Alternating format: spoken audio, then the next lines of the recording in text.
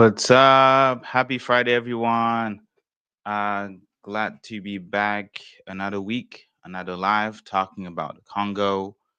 Um, Trying to give you updates. So I'm gonna be here with Kilimali, and he's gonna give you an update. First of all, Kilimali, how you doing? I'm fine, Gaetan. Good afternoon. Yeah. So it's been what, a week since last time we spoke, but because we're Exactly. talking about the Congo, 1 week is a lot, right? In terms of like what's going on, what's happening on in the country. So I just thought that we should kind of like discuss, right? Like if you can give us, Mhm. like we always do, like give us like an update what has happened ever since we talked. Joseph Kabila, the former president of the Congo, is back in the country. Good morning. And there was also Constant Mutamba, who is facing justice. He's another yet Mhm. victim, right, of the justice, quote unquote. So yeah, I will give you the floor, and if you can give us like an update of what's going on in the Congo, what people online should know. So,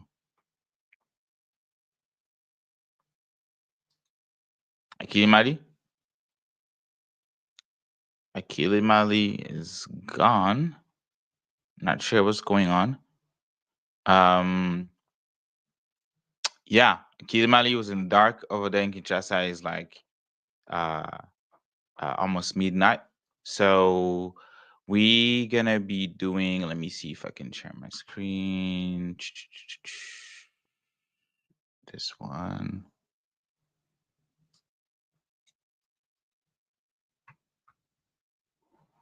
All right. So this is essentially what's going on. So we had the DRC, National Assembly. Let's see if I can just. The DRC, the National Assembly, lifted the immunities of Constant Mutamba, is the current minister of justice, and that happened on May. And I'm going to click on that so we can dissect or kind of like read what's going on from Akili Mali since he dropped for some reason. He's in Congo. There's no electricity. So yeah, so the National Assembly has taken a decisive step in a case that is shaking the top of the Congo's judiciary. The Minister of Justice and Keeper of the Seals, Constant Mutamba, is officially handed over to the court following a vote in a plenary on Thursday, 29th, authorizing the opening of a judicial investigation against him. And I think he is back. Gilmali, you back? Yes, sorry, I had Yeah. some No internet issue, worries. but now No, it's no solved. worries. No worries. I was just reading about Constant Mutamba. So if you can give us an update about what's going on with him, what had happened, and yeah, go ahead. Thank you so much. About Constant Mutamba, you have to know that it's this story I sent from here. It's that Constant Mutamba had a problem with a justice, justice with the court, and he has a problem for a while. For a while, he has a problem because Constant Mutamba, when he were appointed as a minister of justice, he went he went to the justice, and he tried to reform it. He tried to do some changement, and he tried to do because for him and for his general views, the justice were not given to Congolese people, to people, and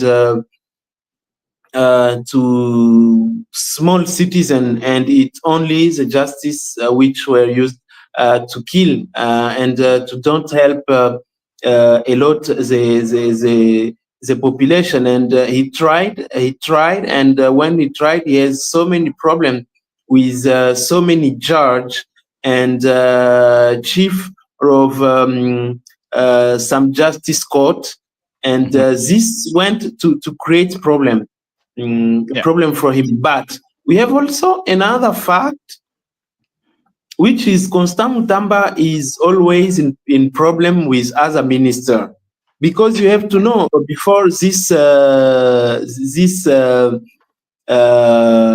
issue begin, Mhm. and in the same period you have to know that there is a kind of solidarity between a politician and member of government to say they should protect each other. But when it was a time to Constant Mutamba to have some issue, there is so many documents, including from the office of the prime minister, which were published, and which are making Constant Mutamba again in the problem. And also from the finance ministries, there are some letter which should be confidential, which finally be published on media, and on traditional media and social media, which were not really helpful for him.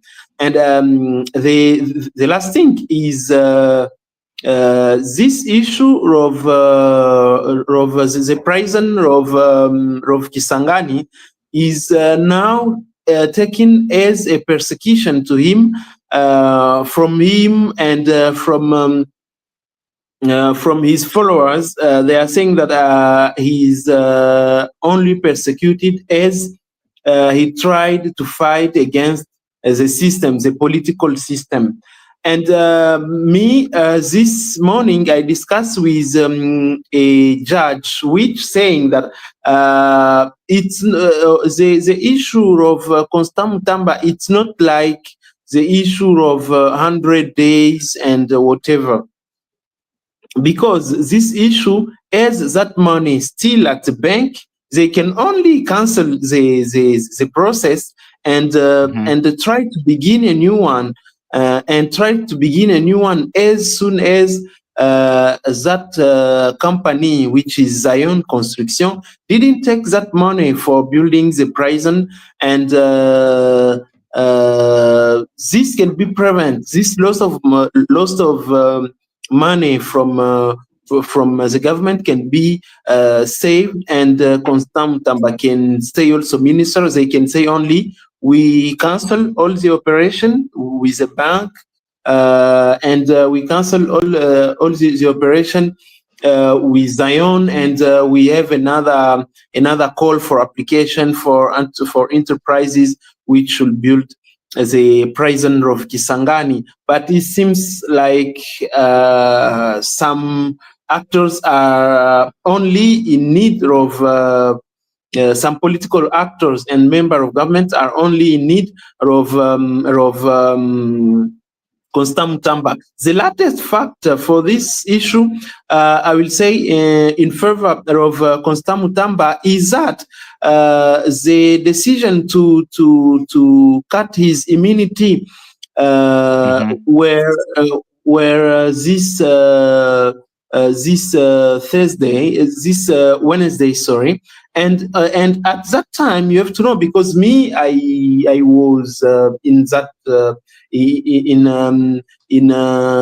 that building where they organized it, where they organized that operation. And you have to know that it was two people. It was two people, and it was two demand from the National Assembly in Congo to cancel the immunity of two people. I should remember the name of another person, which is a which is a parliament member, and the same parliament decide So to wasn't there? cancel. Sorry to cut you off. Wasn't there an investigation that actually Constant Mutamba started against the Attorney General that is now, uh, I guess, chasing him, going after him for this allegedly embezzlement? I forgot the name. I Uh, forgot his name. The current Attorney General. is let me. check again. And me too. I do not remember his name, but Constant Mutamba initiate an investigation against the chief of the Cassation Court here in Kinshasa, and Yes. Firmin, his name is Firmin, and he said that Firmin both a building in Belgium, and with his salary, it's impossible for a judge and for a member to have a building, because that building has the value of around $1 million $1 million. yes, Jesus. yes, Wow. in Brussels. So Constant Mutamba initiate an investigation. We have a few weeks ago an investigation against him, to try to explain him, to try to have information about how he get that building, and where does coming that money. Um, There was some I guess talks. I'm not sure if you are maybe aware of them, of Constant Mutama, the Minister of Justice, criticizing the Prime Minister. yes, yes, What also is it? What does he because say? Can you tell us more about that? but the problem is that I was saying that there are some documents which, when the issue of Constant Mutamba begin, because the suit doesn't begin yet.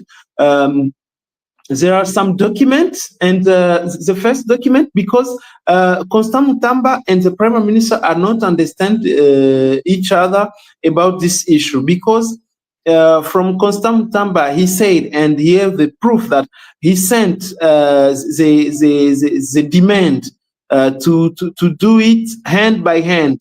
It means to contract Zion construction hand by hand, and the law oblige the minister to have the approbation of the prime minister. But the office of the prime minister received only the letter, but didn't give any answer to it. So Constant Mutamba take it for him, take it as a fact that the prime minister agree, and he finally did the contract, sign it, and give the order to the bank to give the first account, which is 19 million. The problem with the Prime Minister, Judith Suminwa and Constant Hmm. Mutamba, they have a problem, because Constant Mutamba call him as Kahaba. I don't know if you do.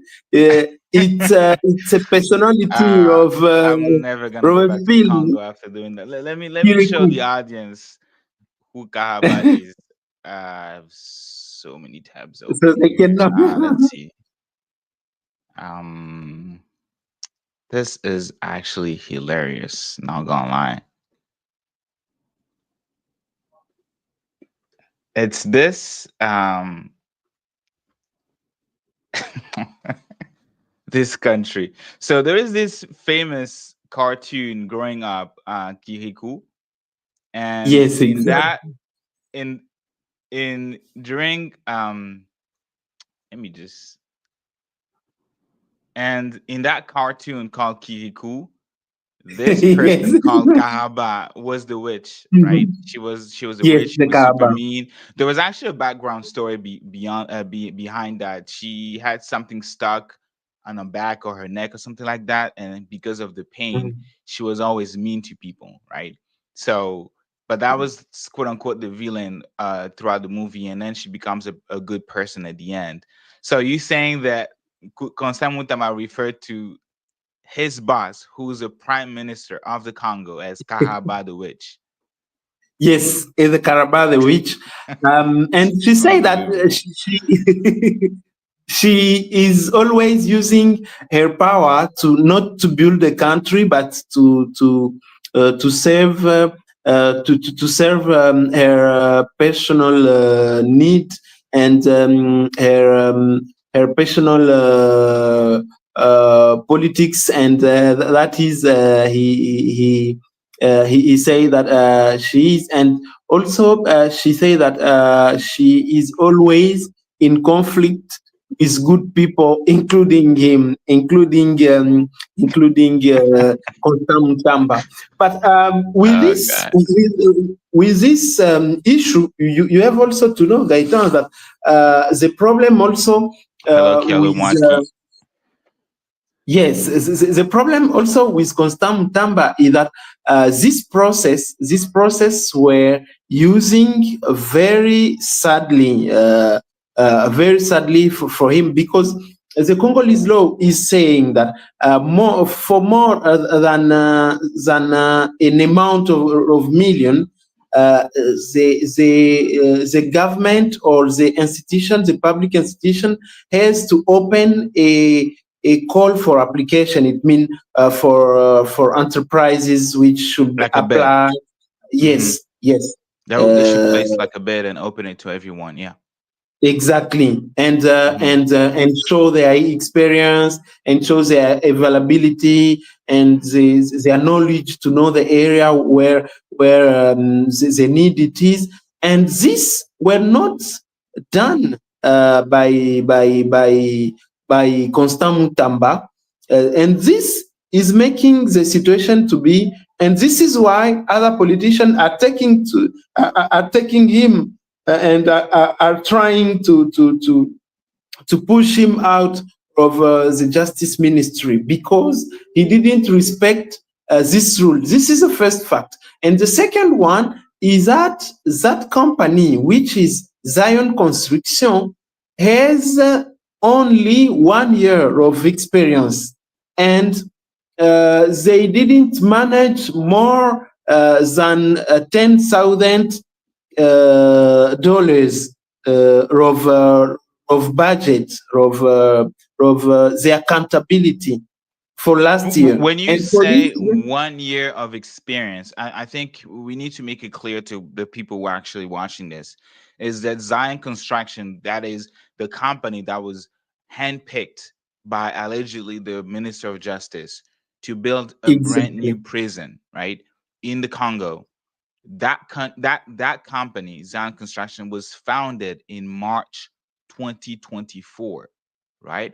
Yeah, And somehow yeah. they were able to acquire that they were able to win that project.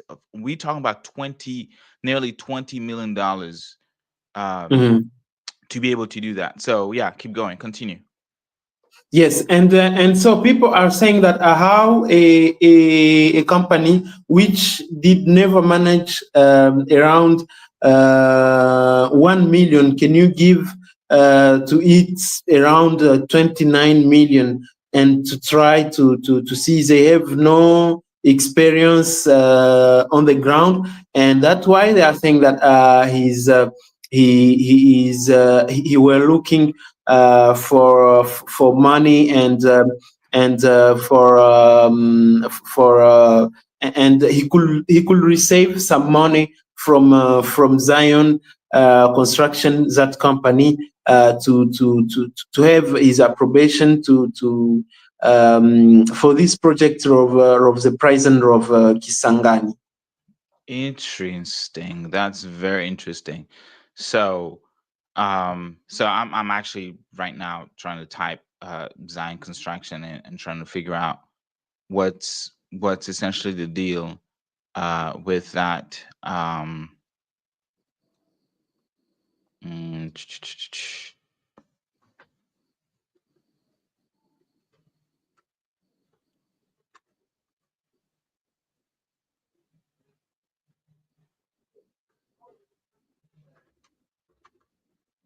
yeah. So what do you think will be next for Constant Mutamba? Is this still, let me first ask this. Is this still the Minister of Justice? Yes, he's still the Minister of Justice, but to let you know how is his relationship with other member of this government, you have to know that today there is another asking from the same person as you are using a computer. You'll see Firmin. Is Firmin Vunde, I think. Firmin Vunde also, which after having a call from the government, after having the approval of cancelling the immunity of Constant Mutamba for this issue of the prison of Kisangani. So many observers are saying that this issue of the prison of Kisangani will be cancelled, as that money is not using it, and Constant Mutamba will be released, and this problem will be for the past. The same person now today and that is this is the breaking news about it. The Tell us. same person today put another demand to cancel also immunity of Constant Mutamba, because he didn't for disrespecting the justice. This is the new fact, and they put the demand today in the afternoon today, and for sure in the next week the parliament should decide again. It means I don't know, but it seems like there's from Firmin, this problem will have the solution. This problem of Zion construction, he will cancel. He will only cancel it, and everything will be okay. So now he's saying that Constant Mutamba did some mistake, and did some respectful speech against the justice, and he want a new suit. It means two suits, one for the prison of Kisangani with Zion construction, and the second they put it today for disrespecting the justice court. Okay, so two lawsuits. The first one will be kind of like regarding the prison scandal that we just mentioned, and I'm gonna summarize for folks listening to us right now. Shout out to David Rodrigo from Colombia, all the way to Colombia, following us. You are a friend of the Congo, and then shout out to Kialo Mwaki, also following us, and Obed Maya. Y'all are watching us hundreds right now. Um, I'm told that we're not live on Instagram. Not sure what's going on, but yeah. So to kind of like recap, the second lawsuit it was regarding the second lawsuit regards to him supposedly disrespecting the justice, the minister, Mhm. the minister Exactly. itself, the ministry itself of justice of the institution. So to kind of like recap, yeah, to kind of recap what you had just shared with us regarding Constant Mutamba, the current Minister of Justice. There was this scandal involving him and the Zion allegedly, right? I want to be able to go back to the Congo, so I'm gonna use the word allegedly. Allegedly, Zion Construction and himself, the minister himself, Constant Mutamba, and these are facts that goes from last year. They are from last year. So the Zion construction was awarded a $39 million public contracts to build a penitentiary in Kisangani, which is a city in the Congo. Uh, and the funny thing is that they use a private bank to do that, World Bank, which has been really recurrent in terms of like when it comes to embezzlement, the current regime and even the one before him, Joseph Kabila, and we will talk about Joseph Kabila in a minute. They have that Mhm. tendency to use private bank instead of the central bank because of obviously there is more focus on the central bank. It's when you move money there, it's like a lot of people like there is more, just to make it short, like I think there is more oversight on the central bank than a private bank owned by someone. So what happened is Zion Construction, the company that we are talking, the key company, was founded in March of 28th, 2024. And that was a few weeks, just a few weeks before they were awarded that contract of $39 million. And then again, like you mentioned, Brother Kilimali, usually for that type of money, I think it's 10,000 or more, you're supposed to go in a bid, right? Like the government, just like it's done everywhere around the world, the Mhm. government was supposed to open up to the public and let companies compete with each other, and then the best proposal would should Yes, be chosen, right? Should be chosen. That's how it's supposed to work. But that exactly. specific company, Zion Construction, was awarded that $39 million contract couple weeks after it was created. They had no experience prior to that, no track records of any similar projects. They did not have proper documents. They did not have the technical document, the financial capacity to even do that. Because when you do a project, and I know that because on the side, besides Friends of the Congo, I am in the public sector as well, in construction, building roads, designing roads, not so much building, but it's the same process, right? That some of the costs, most of the costs, at least to get going, should be overhead, right? Like the company should be taking care of some of the costs while things are being wired or transferred. So they did not show any proof that they had the financial capacity to actually undertake that project. So how were they able to be awarded that project or that contract? That's a big question mark that Exactly. I think everyone should ask. And that's the question that the justice is asking, right? And the contract itself, and you mentioned that it was $39 million overall, right? But they were wired, or they were already transferred $20 million, which is about half of it. Literally, I can say it's half of that contract. So it's really gré à gré awarded when it was supposed to be a bid, like I mentioned, and and being doing that type of procedure, right? Award a contract of that amount is only allowed under specific emergency circumstances, right? That the government Exactly. could allow that, and which actually the government has abused um, that articles. I think it's the article.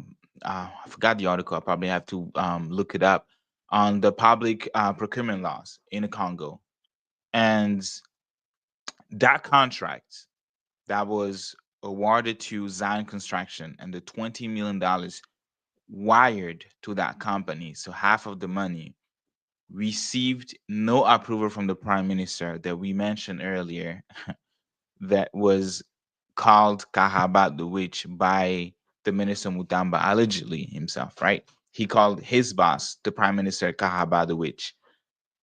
Um, so $20 million wired or transferred, allegedly authorized, right? A payment to the Minister of Finance, because that's the part that I also don't understand, right? Like the Minister of Justice doesn't have the money he doesn't have the money, No, right? Like no, again, we're exactly. talking about public Exactly. funding. We're talking about public funding, and that's the thing that kind of bothers me when I hear such scandals, because he does not have the money. He's a Minister of Justice, right? Secretary of Justice for people, for American to kind of like put that into perspective. But he's not the one with the money. The money needs to be authorized, right, by someone. Like we mentioned, the Yeah. prime minister needs to approve it. The minister of finance needs to authorize it. the central bank also needs to authorize it because you're taking that money from public funds, from the treasury, but somehow they're only investigating him, right? Um, and Yes, only him. the Yes. only him, and that money was sent to the World Bank.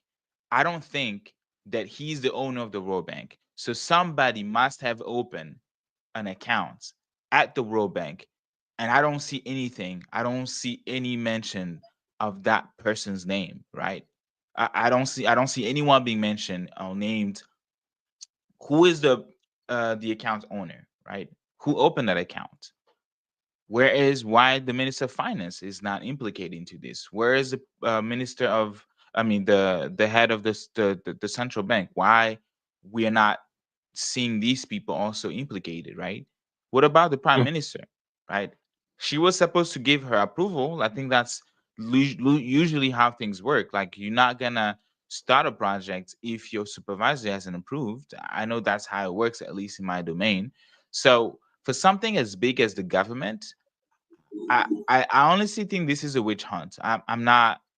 I'm just gonna say it flat out. I'm not saying that he wasn't involved. He, if there was, he's 100% definitely involved into that. But I don't think that he's the only one. Just like we discussed last week about the prime minister. What's his name? The former prime minister Matata Ponyo, for Matatamponyo, allegedly, yes. yes, for allegedly embezzling $200 million that he used for multiple things, including the construction of a university in the Congo.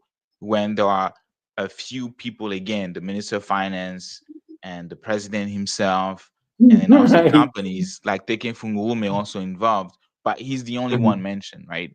So a conflict of interest, and I think that you didn't mention, is Ange Auro Ange Auro. I'm just gonna say that.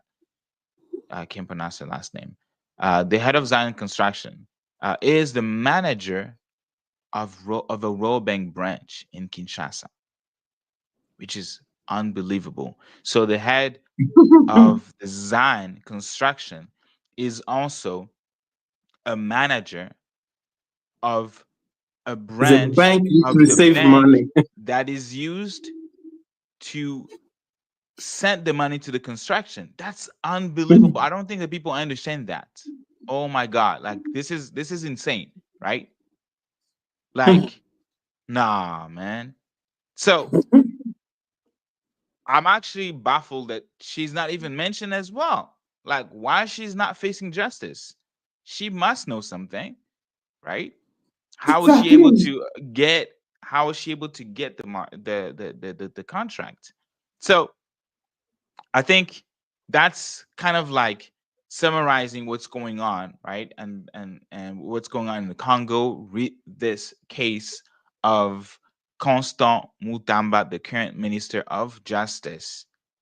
Whew, we had a great breakdown, and thank you, y'all. You should follow, if you can, um, Aki Mali. He's on X. He's on Instagram. Follow him, and he has been giving us updates, giving you updates, and you can see those great journalists. And I mentioned that he used to be in Goma, but after the fall of Goma, under the hands of RDF, the Rwanda Defense Force, uh, aka M23, you had to go out for obvious reasons, and we have seen him. We're gonna talk about that during this live.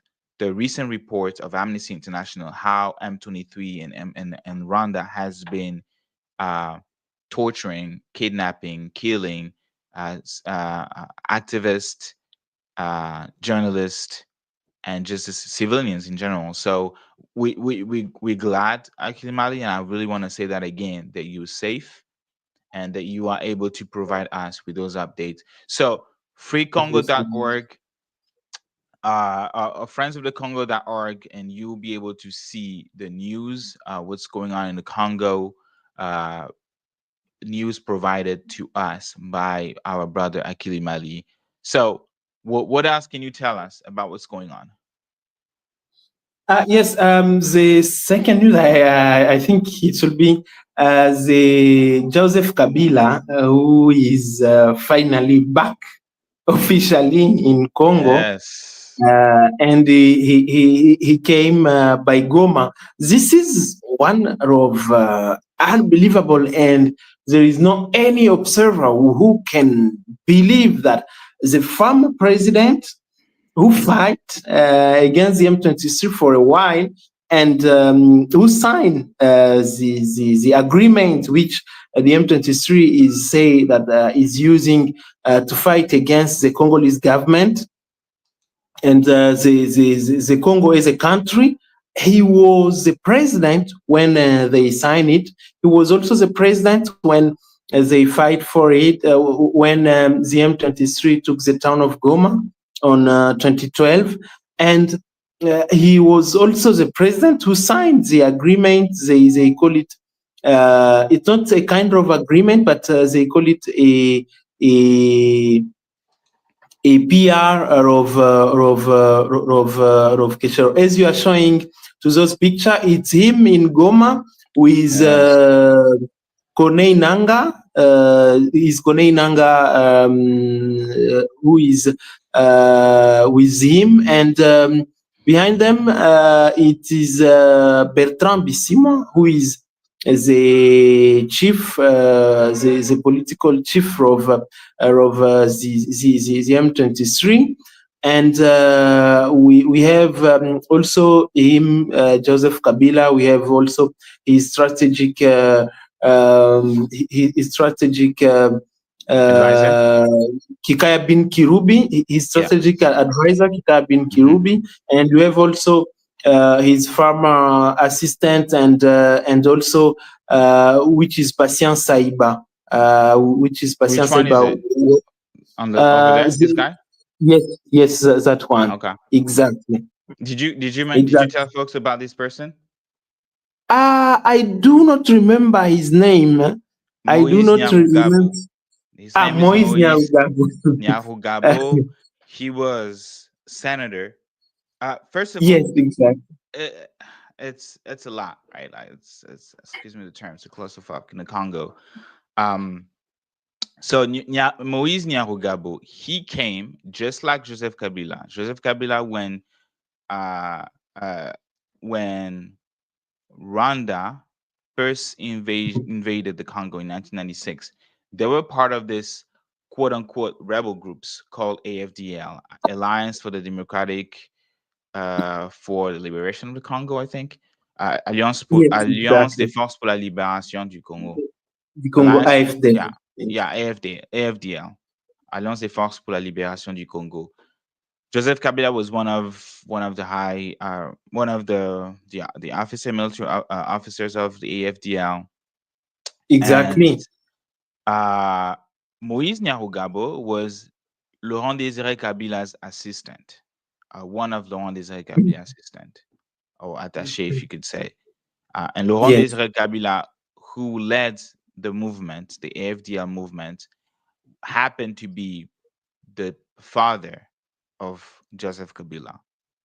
So what happened is that they finally overthrew Mobutu, who was there for 32 years, right? In 1997.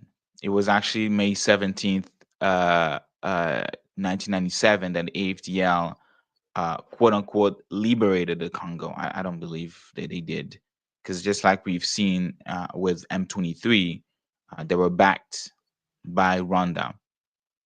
They received the financial support. They received boots on the ground support. They receive aid in terms of weapons. So it's not just me saying that. Even James Kabarebe, the current minister of international cooperation and foreign affairs in charge of international cooperation, he said that himself. And like in a documentary, a very very famous documentary about how there was a need for Rwanda, Paul Kagame, and him, because he was tasked to do that, to put Congolese together, right? They needed a face to lead that quote unquote rebellion, a Congolese face. So Laurent Desire Kabila was chosen to do that. and James Kabarebe was a general of the army, and he was also in charge of uh, a task force formed by uh, Paul Kagame himself called Congo Desk. It was a specific task Exactly. force created to handle Congolese affairs and how to overthrow Mobutu, who was uh, who was annoying more and more Paul Kagame's, right? So the Congo desk was in charge was James Kabarebe was in charge of the Congo desk, but James Kabarebe was also the Congolese army chief of staff. So when the AFDL took when To the Kinshasa, AFDL yes. took Kinshasa, they had Mm, the army chief of staff, the number one in the army, after quote unquote Laurent Desire Kabila, the president.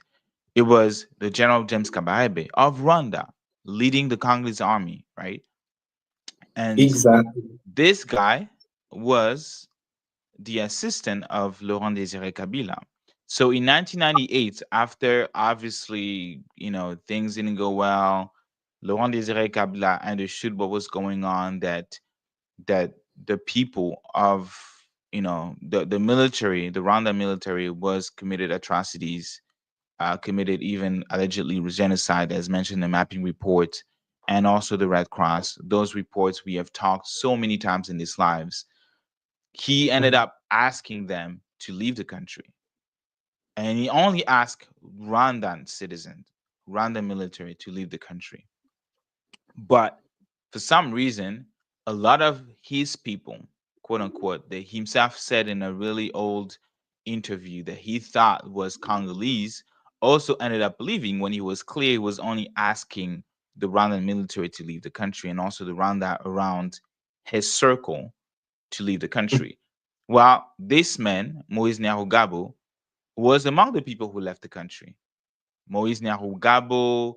I forgot the name of all the people, but just for the sake of time and our conversation, just gonna stick with the guy. He was among the people who left the country. He was saying that he was afraid of being persecuted, of being tried because he was of I think Tutsi or Banyamulenge. I'm not sure what's his Yes, ethnicity. Banyamulenge. Honestly, I could care less. But he was saying that he would be uh, persecuted because of his ethnicity. So that's why he left. So he left. And then when he got to Goma, to Kivu, that's when the RCD was created. The RCD, yes. Rassemblement Congolais pour la Démocratie. It was Yes. created, and this guy was part of the RCD at the very beginning when he was created. And Mm. obviously, there was a court. It's Uh, one of the signer of they call it l'acte de création. okay. It means the letter of creation of Yeah. of RCD on 2nd August 1998. Yeah, exactly. And they that's when they invaded. When we say that the Rwanda government invaded for the second time the Congo, and that second time was deadly. And that's why the Congolese people, Congolese citizen, they used that date to commemorate the genocide for economic gain. Yes. Because when they invaded the Congo, there was, and we talk about the penitentiary in Kisangani with the money. But in the same province, there was a battle that happened between Ugandan soldiers and the Rwanda soldiers on Congolese Mhm. soil, fighting about fighting over diamonds, fighting over golds, fighting over resources they don't, that's not even theirs. They were right there fighting and killing Mhm. each other, and in the process, killing Congolese people. And Yes, as a way, yes, go ahead. If I can put a background Yes. of this state and the general cost, because Rwanda and Uganda were allowed to invade Congo because after the genocide against a genocide of Rwanda, Rwanda say that there are some genocidaires which came to Congo and which are menacing Rwanda, and Rwanda can be attacked again. So They are not coming in Congo they are coming in Congo to fight against those Interahamwe, because Mm-hmm. that was their name. And this was on 1996. They are coming to fight against Interahamwe, and also they are helping Congolese people and Congolese leaders like Masasu Nindaga, like Mzee Laurent Désiré Kabila, like Moise Nyarugabo, to say that they are helping also Congolese to finish with Mobutu, which is a dictator, and they are coming to put the democracy in the country. And in that time, it was the world which say, yes, you have an agreement, you have an agreement. And finally, after 1 year, when the president which they put, which was Laurent Désiré Kabila, were against them and say, when we finish the war, please give us the invoice.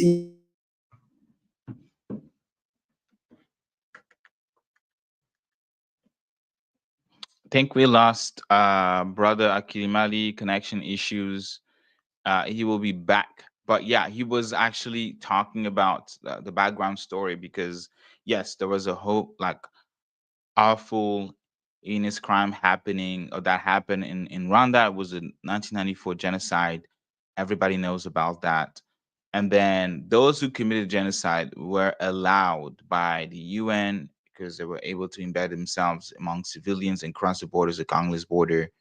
Um, they arrived in the Congo, and ever since 1994, these people were killing Congolese civilians, right? I'm not gonna lie, and they have been also involved, right, into that. Not all of them though. Oh, you back? He's back. Let me put a Yes, new yes, new ear. exactly. Go ahead. Yeah. So you were Ah, saying, continue. yes, I was saying that because in that time, Rwanda and Uganda say that they are going to fight against genocidaire. They are going also to fight against the dictatorship,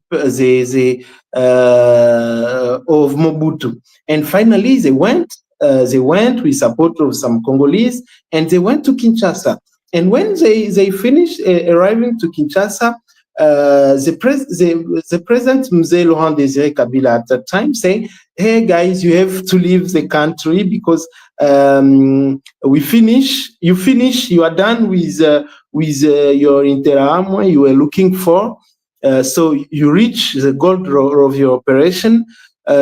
So you have to leave." And in that time, they asking for some mine careers, and this is the first thing which creates a problem. And when finally they created the RCD, which is Rassemblement Congolais pour la Démocratie, on 2nd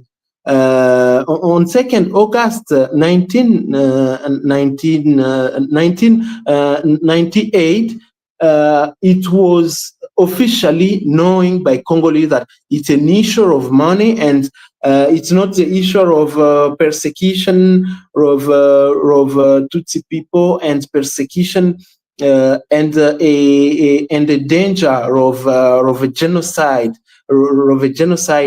against in Rwanda. It was only the economic issue, and from that time, in the Congolese elite for civilian society actors, intellectual and human rights activists, it was known from that time and officially that Rwanda is invited Congo for economic need, for controlling some careers, and this is why the genocide is going. Because after that, you have to know that they created together the RCD for the economic need.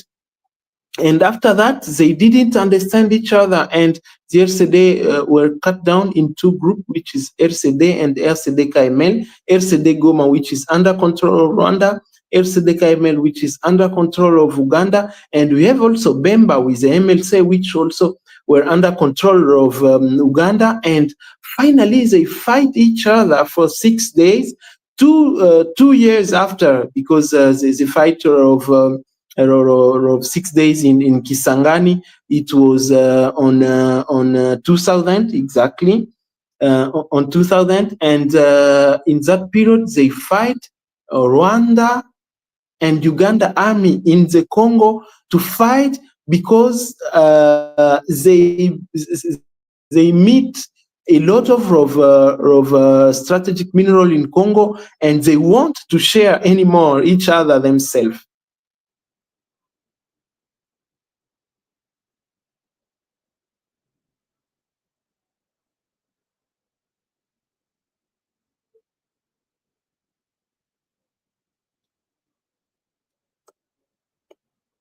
Gaita, I don't know if you can hear me. Me, I can't hear you. I don't know if I was on others. mute. My Ah, apologies. sorry. It's yeah. I was saying that I'm trying to get on Mama Benedict. She's an historian and activist. To kind of like comment and give a perspective about what has been said so far. Shared Kabila being back in Goma. We saw that, and meeting M23 leaders. Kone Nanga among them. I'm not sure about who's this person. Do you know this person? Akilimali? Which one? Which This one. one? This person. Oh, this person. Do you know this guy Uh, with the suit, the no. gray suit? I have no idea who that person is. And what about the one in the blue suits? This one. This is Bertrand Bisimwa. Isimwa. He's Okay, a Bertrand president, Bisimwa. Yes. yes, Okay. of the Yes. M23, Uh, and so many people are saying that he's a really leader of also the IFC, because he's a one who stay a long time in Uganda and in Rwanda for that time for a long time, and he's the one who organized with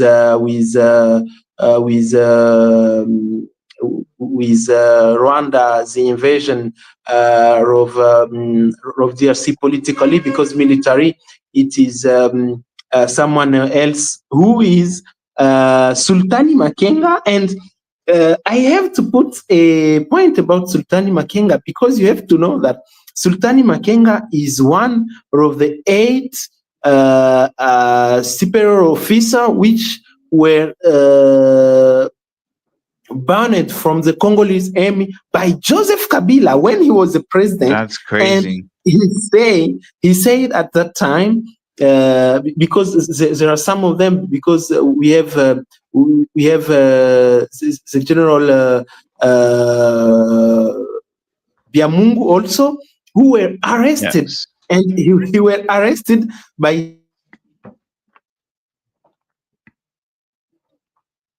I think we lost brother Akimali. That's actually a good transition. I'm gonna put on stage Mama Benedict. Mama Benedict, how you doing? I know it's kind of late where you are, but I appreciate Yes, it's you pretty joining late. us. But I saw the stream, and I told myself I need to pop in. But how are you? I'm good. I'm good. Always excited to have a conversation with people. But I'm fine. I'm fine. Yeah. Yeah, fine as we can be. I'd put it that way. With Yeah. everything that is happening, it's just mind-boggling. But I think that this is how things are going in Congo. And if we don't decide as a people to take our rightful place into this story, I think that we are going to suffer a great deal still. And it is really unfortunate what we are seeing. And it is unfortunate because actually this is just, um, it's again, I think, um, a way to redirect the narrative about the Congo, meaning that there is no aggression anymore. There is nothing. There is nothing to do. With the minerals. There is no plundering. There is no massacres. There is no nothing. And what is extraordinary, I think that you share that also, is that even now today, Rwanda is condemning the M23. I mean, Yeah, it's just it's so cynic. insane. It's cynical, really.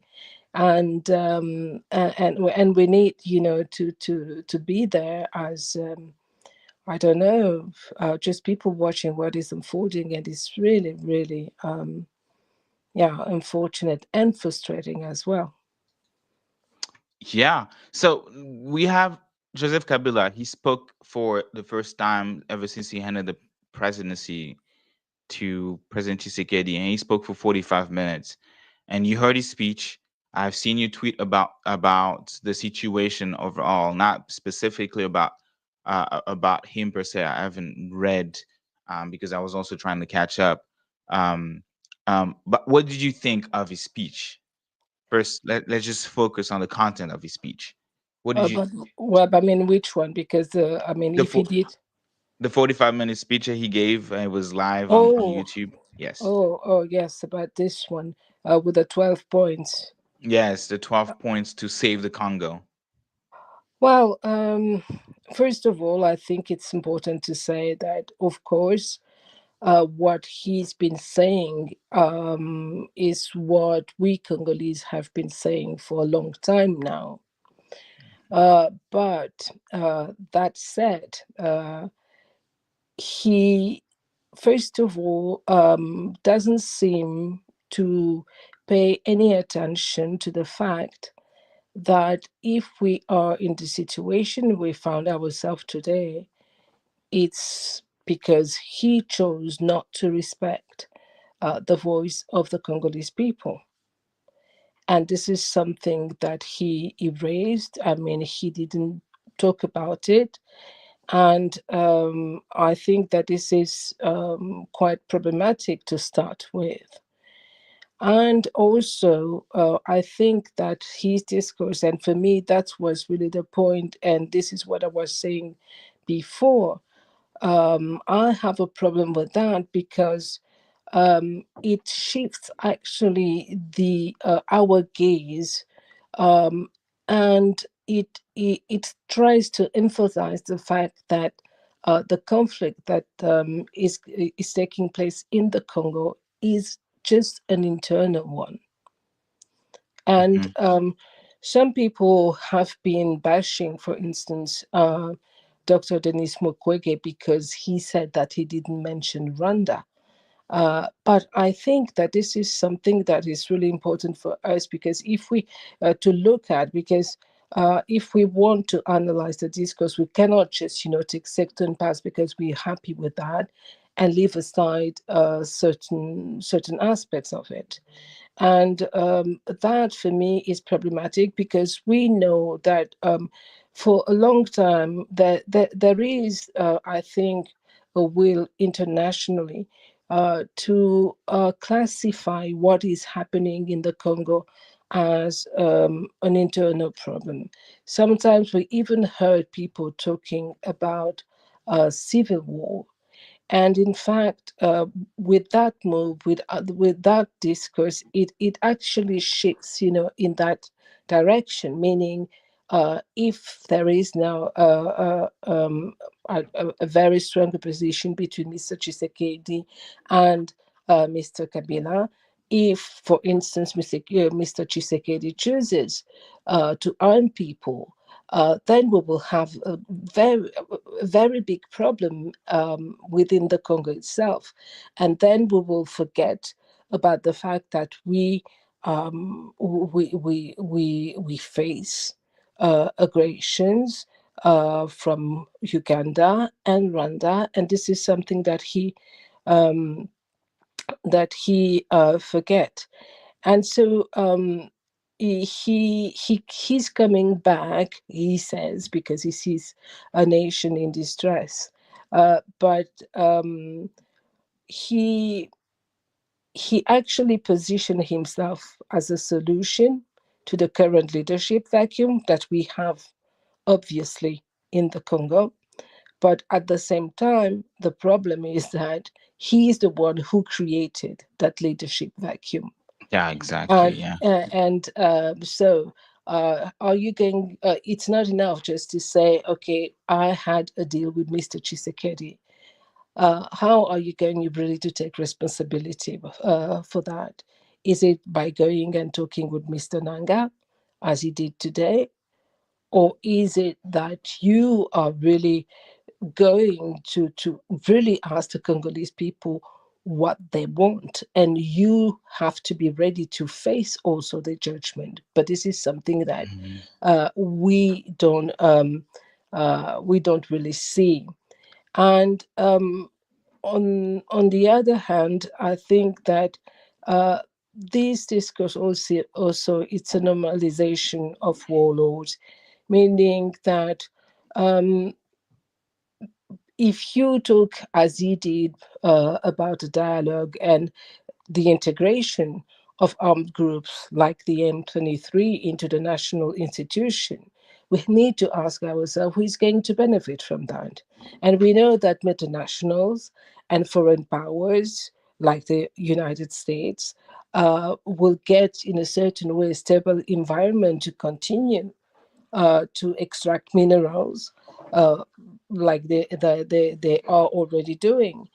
And what we see also in that normalization is that we have warlords like Mr. Nanga who are going to be turned into politicians, and Mhm. they will gain legitimacy and also resources. So the war um, becomes actually an official economy in the Congo, which is really problematic.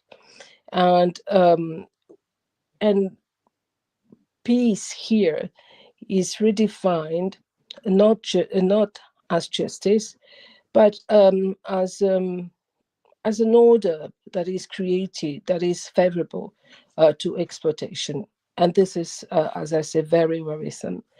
And And also, let me chime. Oh, go yeah, ahead. Maybe finish, and then no, I'm gonna ask him a question. Ask you a question. Go ahead. yeah, and also we know that in these 12 points, it includes also a regional cooperation with Rwanda and Uganda as well.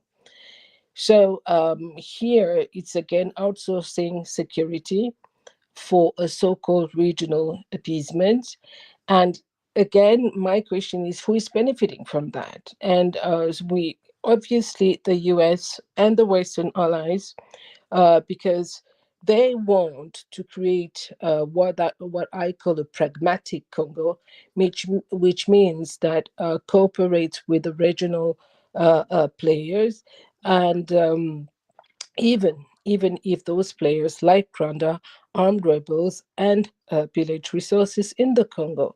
So this very much fits actually into a US-China competition also logic, and where I would say US-friendly regimes in that region are going to be preferred regardless of their crimes. And this is precisely what is happening with Rwanda and the deals Mhm. that the United States has been signing with them. So it looks like Rwanda's aggression is rewarded. Oh, and those US-backed regional negotiations arrangements are actually normalized also. So these are really, I think, tough questions that we need to look at when we look at those 12 points. And there are more things to say about that. But I think it's important that we don't look at it just, in terms of what is happening within the Congo, but how those 12 points really relate also to the international, agenda for the Congo. And and here, with that new administration in the United States, it's very much about, we are going to have a pragmatic Congo, and the person who are willing to play in, just get in and just do your job. This is what we have. Yes, well said.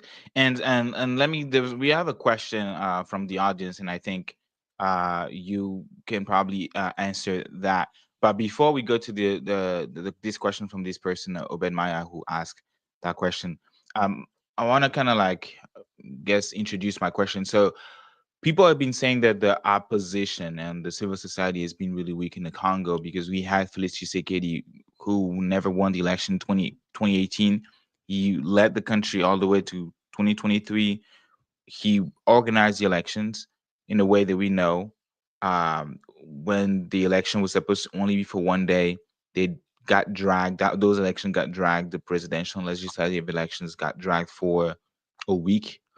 And we had the electronic machine found in some of his people in circles. So you had family members of Felix Tshisekedi, people from his political party, with the machine voting. There was like some of them being videotaped, right? Doing that, though the level to which uh, there were cheating was overwhelming, right? Was the evidence was overwhelming, and he was proclaimed president with 73%, and I think that was very insulting.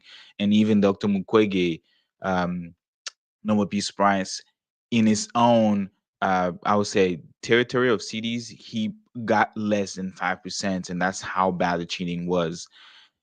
And from that, he kept leading the country, and that's when they had this discussion about changing the constitution, and the opposition currently led by people like Martin Fayulu, who was the rightful winner of the 2018 elections from the ACD, and then Lamuka. We had Moise Katumbi with his um, political coalition Ensemble. They were not able to mobilize really and oppose to that idea, or have President Tshisekedi, backtrack on his idea to remain in power indefinitely, like Joseph Kabila did for like 18 years. People saying that when the opposition, the unarmed opposition, the Republican opposition couldn't do that, the M23 and Nanga was able to dissuade President Tshisekedi to do that. And now we haven't heard any talks about changing the constitution. Um, so now that Joseph Kabila is coming and supporting M23, despite the evidence or the report from Amnesty International, we will talk about that, of war crimes and crimes against humanity committed by M23 allegedly. People saying that Joseph Kabila, and you say that too, right? That the things that he's talking about, the Congolese people, Congolese activists like yourself, you guys have been saying that all these years. He's only joining your fight. He's only joining you in what you've been saying for years.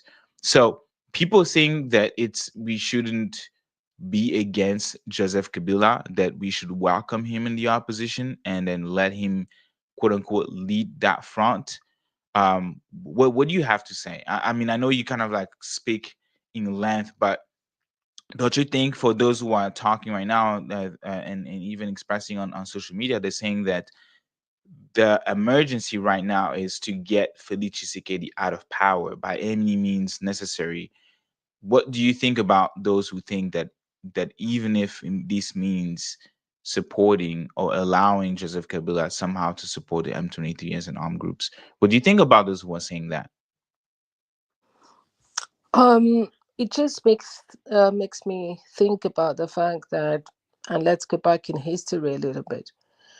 When the FDL entered the Congo, and the Congolese people at that time was so fed up of Mr. Mobutu that they said that they could even put a dog at his place and it would be fine. So much they were tired of him.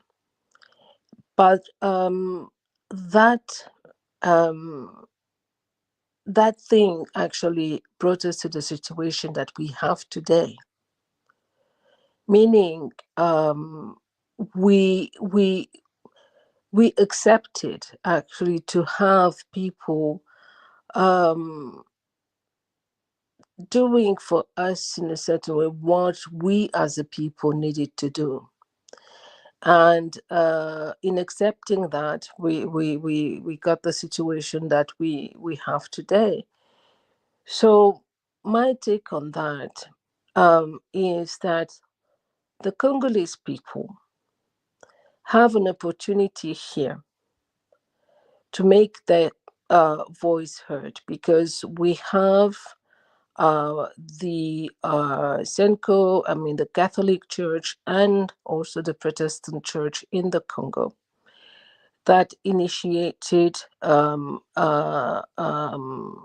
how can I call that? They initiated a proposal, meaning that we need to have a dialogue among us Congolese. And so, what I think is that the Congolese people should really work in order to be heard in that discussion. It cannot just be left to the politicians in Congo. Uh, I mean, the youth, the mothers of the Congo who are selling in the markets, the ones who are cleaning the street, even though it's not perfect, they need to be at the table.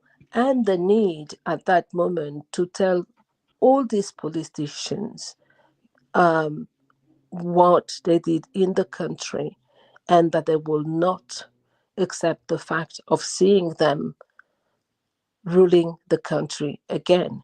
Because what Mr. Kabila is doing, of course, he wants to come back to power. And I think that it's not something that he's hiding. And if you read one of his counselor, Kikaya bin Karubi, it's very much clear that he wants to come back again, because he thinks that he will be the savior. He will be the person who will actually unite the Congolese people. But at the same time, what we are going to witness if he does that is that we are going to enter trouble sometime again. So I think it's really important for the Congolese people to work towards that, meaning there is a need now of us sitting at a table. But that table cannot be just a table that is for the politicians. Uh, Mhm. the ordinary people need to have their say. And I am pretty sure that the majority of the Congolese people are not going to accept to have Mr. Kabila coming back to power. This is not going to happen.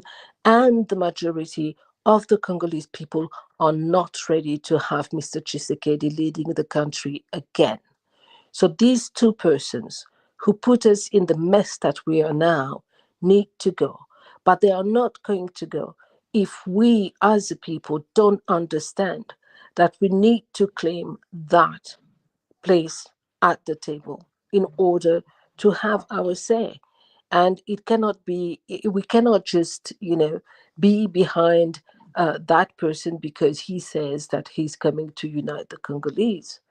uh, I mean, it's fine that he tells us about the fact that he did a deal with Mr. Chisekedi, and who gave him actually the who allowed him to do that in our name. Nobody. Mhm. He did that on his own. So now he needs to face the responsibility of his acts as well, and. It means that if he needs to be trialed, we are going to consider the fact that he told us that he made a deal, but he's not going to rule this country again. That's actually a really good point. And then before we transition to the question of Mr. Obed Maya, he's talking about the solution for Congolese people, right? Like we've been talking about Joseph Kabila, the 12 points that he's proposing, that to kind of like save the Congo. We talked about how in 2018 he handed the presidency despite what the people wanted. The people wanted Martin Fayulu president. The people wanted rupture, like they wanted a complete, like turn the page with a new leadership, a new way of governing.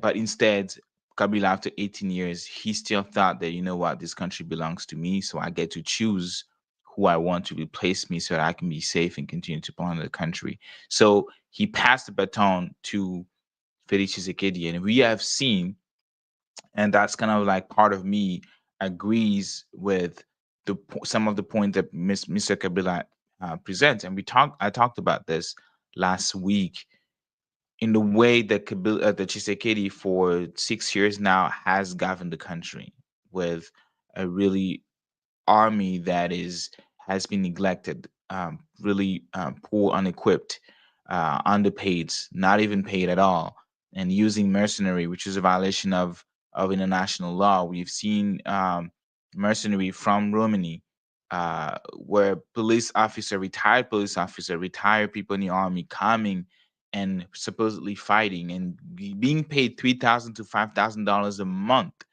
and on papers it's $5,000, but what they actually received was $3,000. So a lot of money actually being siphoned by the Congolese government, right? And the poverty happening, and the infrastructure really degrading. So I think unequivocally all of us can say that his leadership has failed. That Felix Tshisekedi has failed as a president, and on top of that, you add the fact that the Kivu now part of the country actually no longer belongs or no longer under his authority. I would even say that part of the country belongs to another one now, like we've seen in other countries like in Ukraine, Russia, and Gaza and Palestine. So this is a reality that we have right now, right? So we know that. And Chisekedi organized the election in 2023. And we see, like I mentioned, that he rigged that election again and gave himself 73%. So we know that in terms of the democracy that President Kabila is talking about, putting together, like really rekindle that democracy, bring back democracy, that the country was never a democracy under his reign, and even until the last hour of his presidency he killed it, he buried it.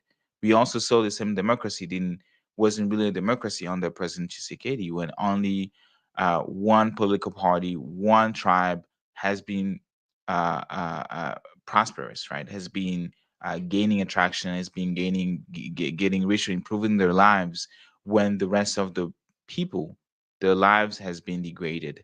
Um, so you also mentioned about the Catholic Church. Then the question that I have, and that this person has now, then if we cannot trust, right, Mr. Kabila, if we cannot trust Mr. Chisekedi, then what is the solution for the Congolese society, for the opposition, those who did not take up arms?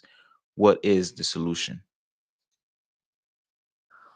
But I think I sometimes I'm always a little bit astonished when I hear such questions, because I think that if you look around the world, and if you look at countries who had to face tragedies as we are facing today, the people who changed their faith was the people.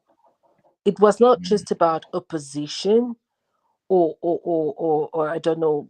I mean, certain very well known figures. It's the people. But and if we talk about an opposition in the Congo, it's a fallacy, because, as you rightfully said, there is no democracy. So what is the meaning of calling people, not armed opposition? It doesn't make sense. It doesn't make sense. What we are facing now, it's a struggle for freedom and liberation. We are not in a democratic game here, where we have opposition parties that are going, to run for power. This is not what we are dealing with here. And the solution, as I said, we have an opportunity here. And it's that dialogue that was proposed by the Catholic Church and the Protestant Church.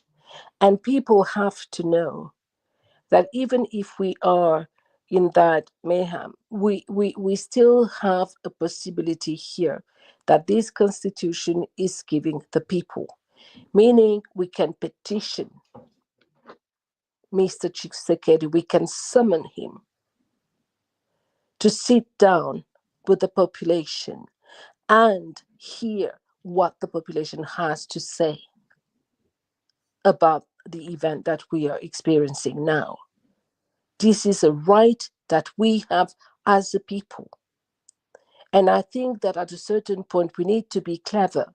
We need to use all the means that we have in order to topple down this regime, and also to work in order for people, to take responsibility for what they have done in this country. Because I need to remind people that this is not just about two guys, opposing themselves because they made a deal or something. We are talking about millions of Congolese who have lost their lives. And those lives need, at a certain point, to have justice. And this is the ultimate goal that we need to pursue here, is justice for those people who have lost their lives. As we are talking now, we certainly have Congolese people who are still dying. So when we talk about opposition, whatever, no, I mean, for me, it doesn't make sense because I don't consider this country as being a democratic country. This is a war of liberation that we need to pursue, and we need to use the tools that we have at our hand in order to make that happen. And the people who are going to change the fate of this country is the Congolese people. But of course, they need to be uh, persuaded that they have this power.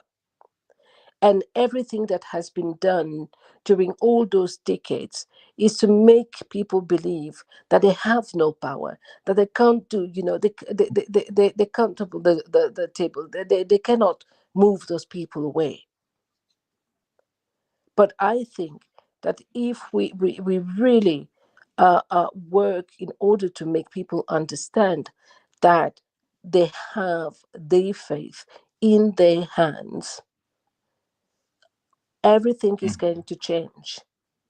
But then you need to believe in that and work towards that. You cannot be a bystander and just comment on what is happening and giving points to one or another. No, this is not. It doesn't work that way. People need really, to challenge that order, and they have the means to do so. Yeah. Yeah. Thank you so much, Mama Benedict. We have Curtis, son of Congo, who also wanted to say something about our conversation. Son of Congo, Curtis, can you hear us? Yes. Hi, Gaetan. Hi, Mama Benedicta, and everybody that's Hi, listening to darling. us. Um, Hi.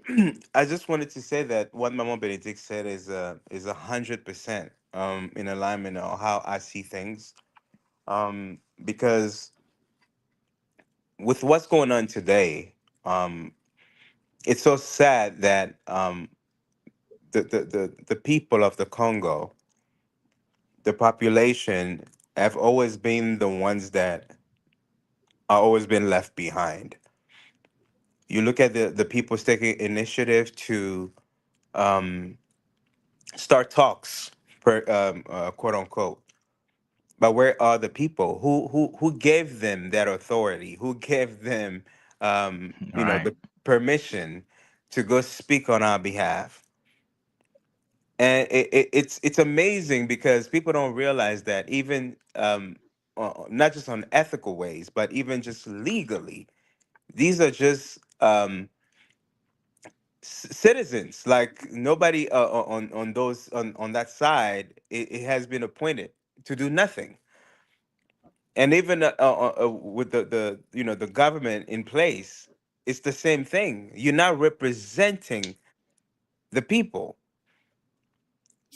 So I think that it's time that you know as a people, knowing that the, the state is the population, the state is the people, to take initiative and to take um, our place into these talks, to be the center or in the center of these talks, to take ownerships of these talks. And like Mamo Benedict said, is like they gave us this illusion that we have no say so in what has to do with the future of our country, the future of our children, the future of our great grandchildren. Congo is not somebody's property, is not a single family inheritance. Nobody is above anybody. It's a common, I'm gonna emphasize on that word. It's a common asset, meaning that we all have a say, we all own this country, and we all should benefit equally. But the key is that we need peace.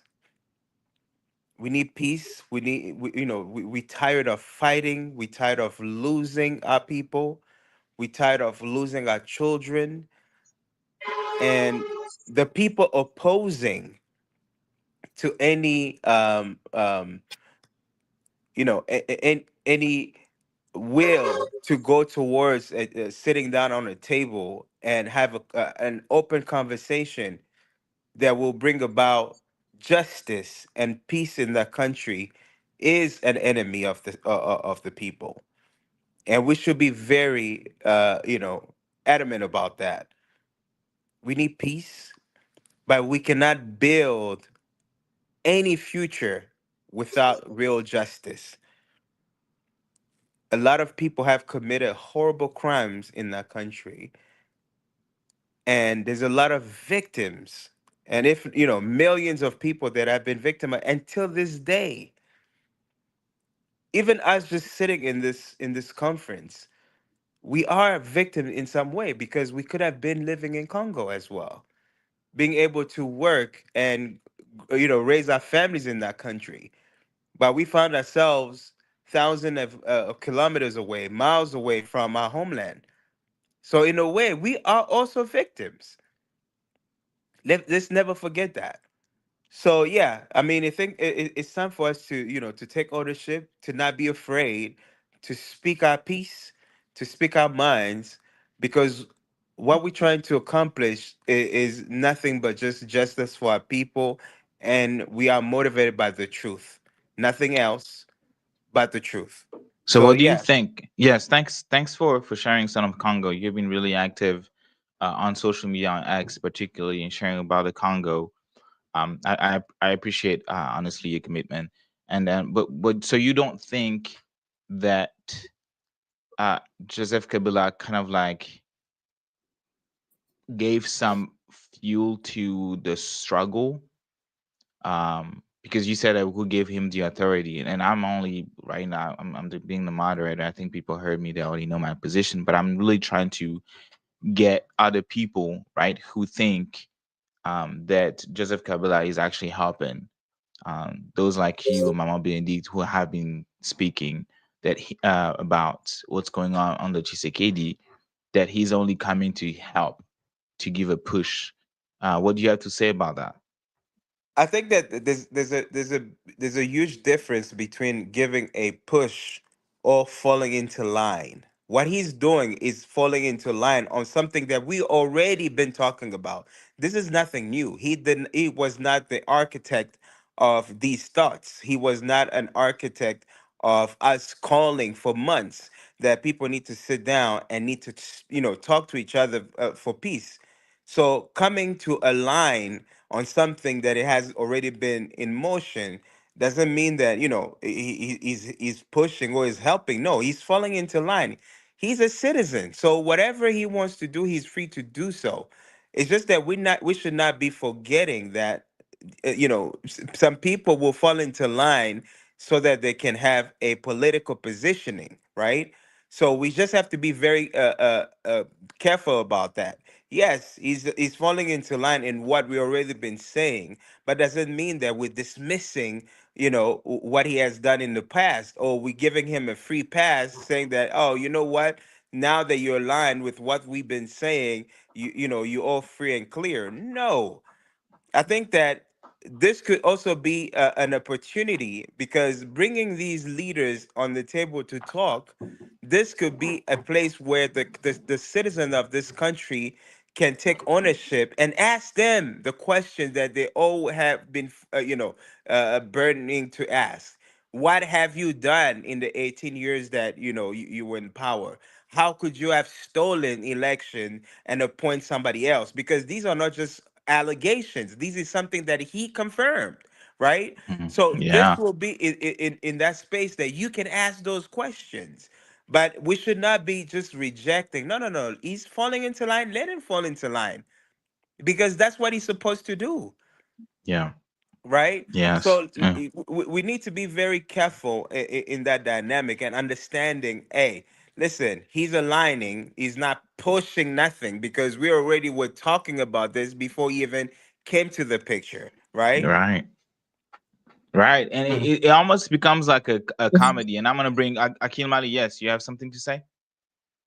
Yes, I have to add, as someone who is here on the ground, I can say that there are some civilian society actors and pressure movement group which are trying to build a kind of revolution, to put people to resist, because even if Kabila can say that he freely give the power to someone else, you have to know that it was a fight of around 2 years between him and the Congolese population, and the biggest fight, all of you could remember, it was on 2015, before he has, because finally, when he didn't find the solution to change the constitution, he tried to put an electoral law which was saying that at that period that the election could be only organized after the identification of population, which didn't happen until now here in Congo. It means Congolese people fight a lot to have some result, like Kabila himself to decide to don't be a candidate for the election of 2018. It was also the fight of Congolese people. But I think also, and this is something you internationally can help, is to more occupied, with more knowledge, with more context, and also with a recreative of young people on the ground. Because if you can see, and you'll agree with me, there is no activists which has 5 years here in DRC in power. Finally, he will be killed. He will be putting outside of the country, or he will join the politician in a political party and whatever. So that means for us as Congolese and people who love the Congolese liberation, is to try to create that knowledge, and to know that even if someone is going out, like some of you is going out for his security matter, for other problems, that there is some new generation, some new young people which has the same knowledge and the same value to grow up. But I think locally, also it because also Congolese authority are not listening, because you have to know that I will give an example of one meeting of Felix Sekedi. He were in Kasai, which is the region, and he said in a local language that in Kasai, that people of Kasai could never let him go, could never don't accept him because he is a son of that area. And one person asked him the speech, and he said and it was in the campaign period. He said, "I will not elect you. Even if you are saying that you are from my region, I will not elect you, and I know that they will kill me. But let me tell you, you did this, and that, and that video were really shared in the Congo, to say that there are some people he knew that he will have problem, and we are in Kasai. It means a region where he cannot even fly, and until now we don't know what really happened to him. But in a region where he has no way to fly, because it's in the central region of Congo, and there is no communication road or transport which can help him to fly, after saying that. But he tell the truth to the president in face of him. Yeah. Last time it was here in Kinshasa, because the President Tshisekedi came to visit some road here in Kinshasa, and there are people which were saying in Lingala, yebela nayo. It means resign. We don't need you, and they cried, and we have videos. So it means there is a kind of resistance, but we have to make sure that young activists and activists in general are more educated, more equipped for challenges of the Congolese politician. Thank you. And Akimilari, thank you. Akilimari, what can you tell us about the recent report of Amnesty International regarding the M23 that Joseph Kabila visited, had a meeting with the leaders? I think there was a Damien report posted or published. What can you tell us about that? Yes, exactly. The Amnesty International published a report which reported that there is a lot of because the M23, when the M23 came to Congo, they say that they are liberator, and they are calling that area as a liberated zone. It means that it's a zone which has no dictatorship, and we have solution for problems and whatever. But the problem is that the M23 is killing a lot of people, is torturing people is torturing activists and journalists in area under its control. It means if you cannot lead the cause or the position of the M23, you will be arrested. They organize some operation which they are saying that those operations are against Wazalendo. But those operations, they are taking more young, and they are enrolling them in their army without their authorization. Also, they are doing kidnapping, and they are generalized people. Like, for example, some wife of soldiers or son of soldiers are also arrested because of being son of soldiers while they didn't fight themselves. And the M23 is really killing people and torturing most of all, and also putting so many people in the prison with unhuman condition and with condition which cannot help, uh, which cannot be acceptable for a person. That shortly I can say about the report. Yes, and I was actually going over. I read this and I was going over as you were talking to kind of like show the audience what's going on in the Congo, like you kind of describe what was going on, and um, it's kind of crazy because that was published a couple days ago on the 27th. Today we are the 31st of May.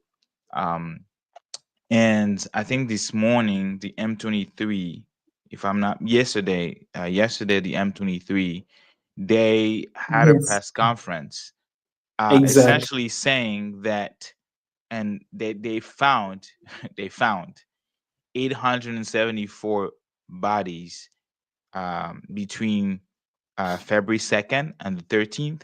So they were kind of going against, and I'm gonna bring Mama Benedict right after this, between February 2nd and the 13th, that they found 874 bodies, and that they saying that that those bodies were found during the period during which the movement conquered the city, or and therefore refuting the death toll that was put forward by the Red Cross, by the Congolese government, of about at least, and these are really conservative numbers, three 3,000 uh, 3,000 bodies, 3,000 dead, and yeah, Mama Benedict, what do you think about this?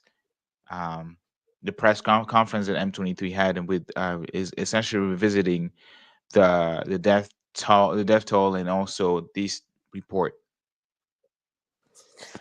Yeah, well, anyway, they can only refute that because, of course, I mean, if they acknowledged, all those killings, I mean, they will be considered as criminals. So by putting, those numbers out there, they want also to position themselves as a government that is responsible for the people, and also that people that are governing a city or a country. So that's why they reacted that way, because of if I mean, if they anyway, they cannot accept that. They cannot confirm the fact that they've been killing people. But what is important with that report, I think, is that it just confirms the things that we as a people have been hearing from our families, from friends, or about what was happening on the ground, and the fact that they've been killing people. And when people were saying that at the beginning, there was always a pushback saying, this is not true. And they very much tried since the beginning, to work on the communication. If you remember right, you would see Nanga Garib would be seen while, working the streets of Goma, saying that everything was fine, everybody was working, everybody was happy. They even hired, I think, Rwanda, not those people. Rwanda even hired that former Belgian politician. I don't remember right his name now. The exact, or what, something like that. A guy actually who was banned from Belgian politics because he was bribed, and I mean, he accepted to be bribed, and he accepted money. I don't remember from which country, and he was banned actually from the political scene in Belgium. And these are the people they actually recruit in order to put out that propaganda that everything is fine. And I mean, the report now contradicts that. And for what I know, from people on the ground, when they were making, those working outside, when you would see Nanga and Bisimwa working the streets of Gama, most of the time, they would put, security around them with military, and people will be pushed back in order to have those images.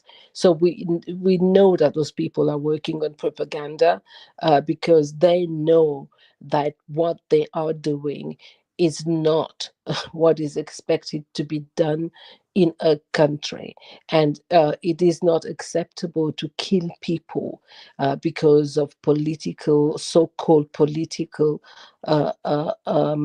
demands. And these are people who are playing games, who write, scenarios, but those scenarios are always contradicted by the people themselves on the ground, but also by such reports like the Amnesty International one. And get to add to what Mama Benedict just said, I think that we have come to a point where one, it's very disturbing for Hmm. a force that quote unquote representing themselves as a liberating force, where we're discussing human lives as numbers, right? Yes, Like 870 is okay. It's not 3,000, but it's that's only yeah. 870. But Hmm. do we put this back into context, understanding that those are 870 lives, 870 futures that were taken, Right. 870 aspirations, right? 870 souls. And So, again, Son of Congo, Curtis, these are numbers put forward by the M23, like like eh, eh, ex- 5 months later, right? And right, they did that 3 days after the report of Amnesty International was published, right? right. And the most sickening part into this is not, they're not even speaking to the fact that, oh, these were army soldiers. No, they're saying these are bodies that were collected. So that means that there were people that were civilians, right? So how do you, as as a liberator, thinking about getting into a city, knowing that there's people that are not gonna be casualties into these attacks, Hmm. so you're not even considering taking care of people's lives, you're not even considering, you understand what I'm saying? Yeah, Like, if it, totally. Yeah. I'll give you a perfect example. If there's an hostage situation in a house, you're not gonna have the SWAT team just barge in any kind of way, because they're thinking about preserving the lives of the people that they are going to save in that house, correct? Right. Right. So if you're coming as a savior, how do you put the lives of the people that you're coming to save into jeopardy? And That's the another real thing, question. and another thing to also add, by reading that the statement, right? They say that they collected the body between February 2nd and February 13th, while we have been reporting and saying, and this is even out there, that while if they found 874 on the, like, on the street of Goma, right? What about those who were already brought to the morgue, right? Right? To Correct. what about those ones? And then the second thing, very important, and I want people to really keep it in mind, because in their statement during that press conference, they were trying to argue the numbers put forward, and they said by the Congolese government. The Congolese government had already fled, you know, Right. Goma. Let's just be clear, right? There was absolutely no Congolese official present in Goma when the M23 was taking M23, or let me say the RDF, the Rwanda Defense Force, was taking Goma. There was no Congolese official, right? And So that's the so that's these the numbers, and I was disgusting able to part. yes, and I was able to find it. It was a report by the United Nations that still had the Red Cross over there. They still had people there, right? They're collaborating with hospitals. They are the one who reported this, and then that was also shared on CNN and other countries, other news, prominent news outlet. So that's these are not numbers from the Congolese government. If we have to talk about numbers from the Congolese government, they're talking about 9,000 people from Patrick Moyaya's own word, who is the current spokesperson of the government, Minister of Information. He said that. He said 9,000 between Goma and Bukavu, 9,000 people, right? And there were, so 3,000 is a conservative number because that's what we have right now, and it's really hard to verify those numbers because it was reported that that some of the body was being taken by the M23 and then trying to like dump them, or hide them. A lot of things that we've heard from people on the ground, right? So I think that was something that I really needed to point out, that these are numbers that came from the United Nations, not from the And we Congolese and I government. wanted to add also, Gaetan, we have also images that surfaced today, on social media, and what you see is that these are bodies that are just dumped, in some parts of of the city. And it's also important to for the audience to know that when you hear some of the testimonies of the people on the ground, they say that there is such hatred from those people. The way they kill people is just something so barbarian. They will come and they will fire into a group of people who even raise their hands, meaning, we don't have guns, we don't have anything. They raise their hand, They but no they longer want to fight. nevertheless kill them, and these are civilians. And people say that they really came, with a vengeance. And I think it's important we talk about that, because we count the bodies, we give numbers, but we need also to really dive, into those crimes, the way they are committed, and to see that here this is not something that is speaking liberation. They came to exterminate people and to exterminate Congolese people. Right. And let me see if I can bring these videos. I'm not sure I have access to that, but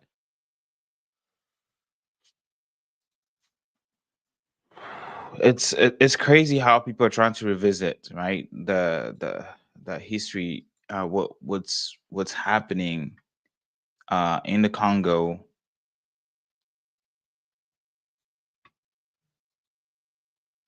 Uh, yep. Yikes.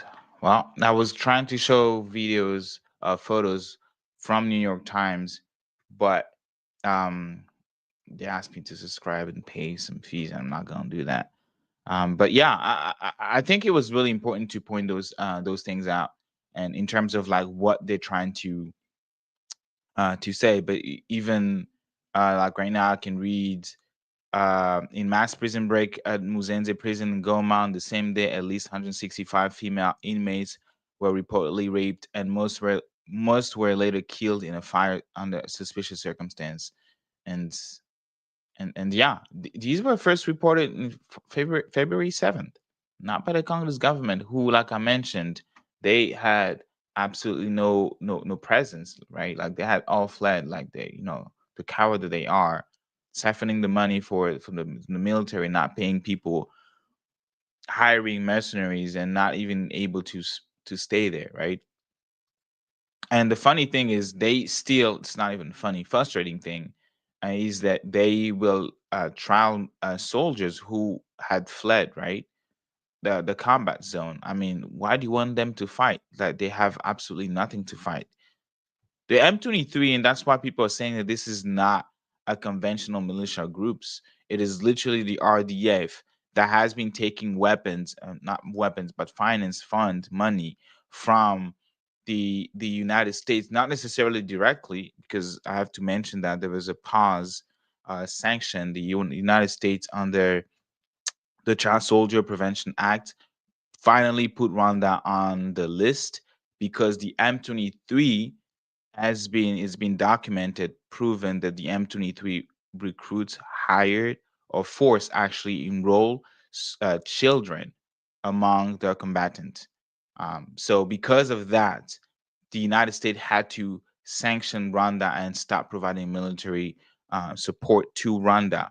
But the United States is still heavily involved within NATO, and you have countries of NATO countries that are providing Rwanda with the necessary funds for the military. We have Turkey that recently signed an agreement, a security agreement with Paul Kagame of Rwanda.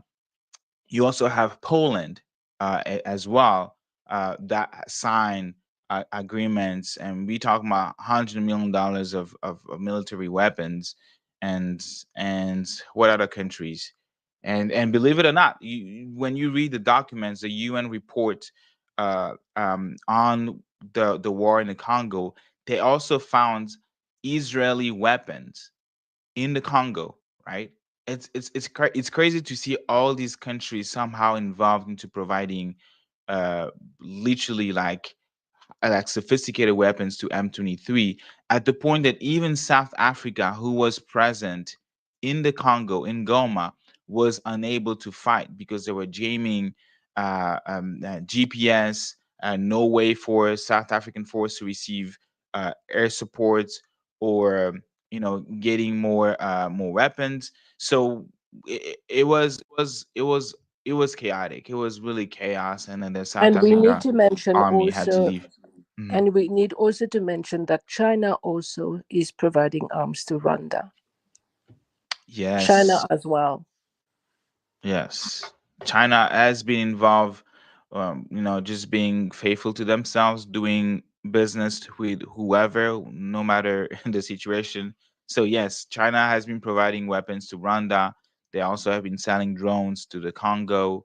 So, yes, it's all about profits. It's all about who can buy their weapons. And yeah, and I think I even had like a list of countries, and I think I went over the list.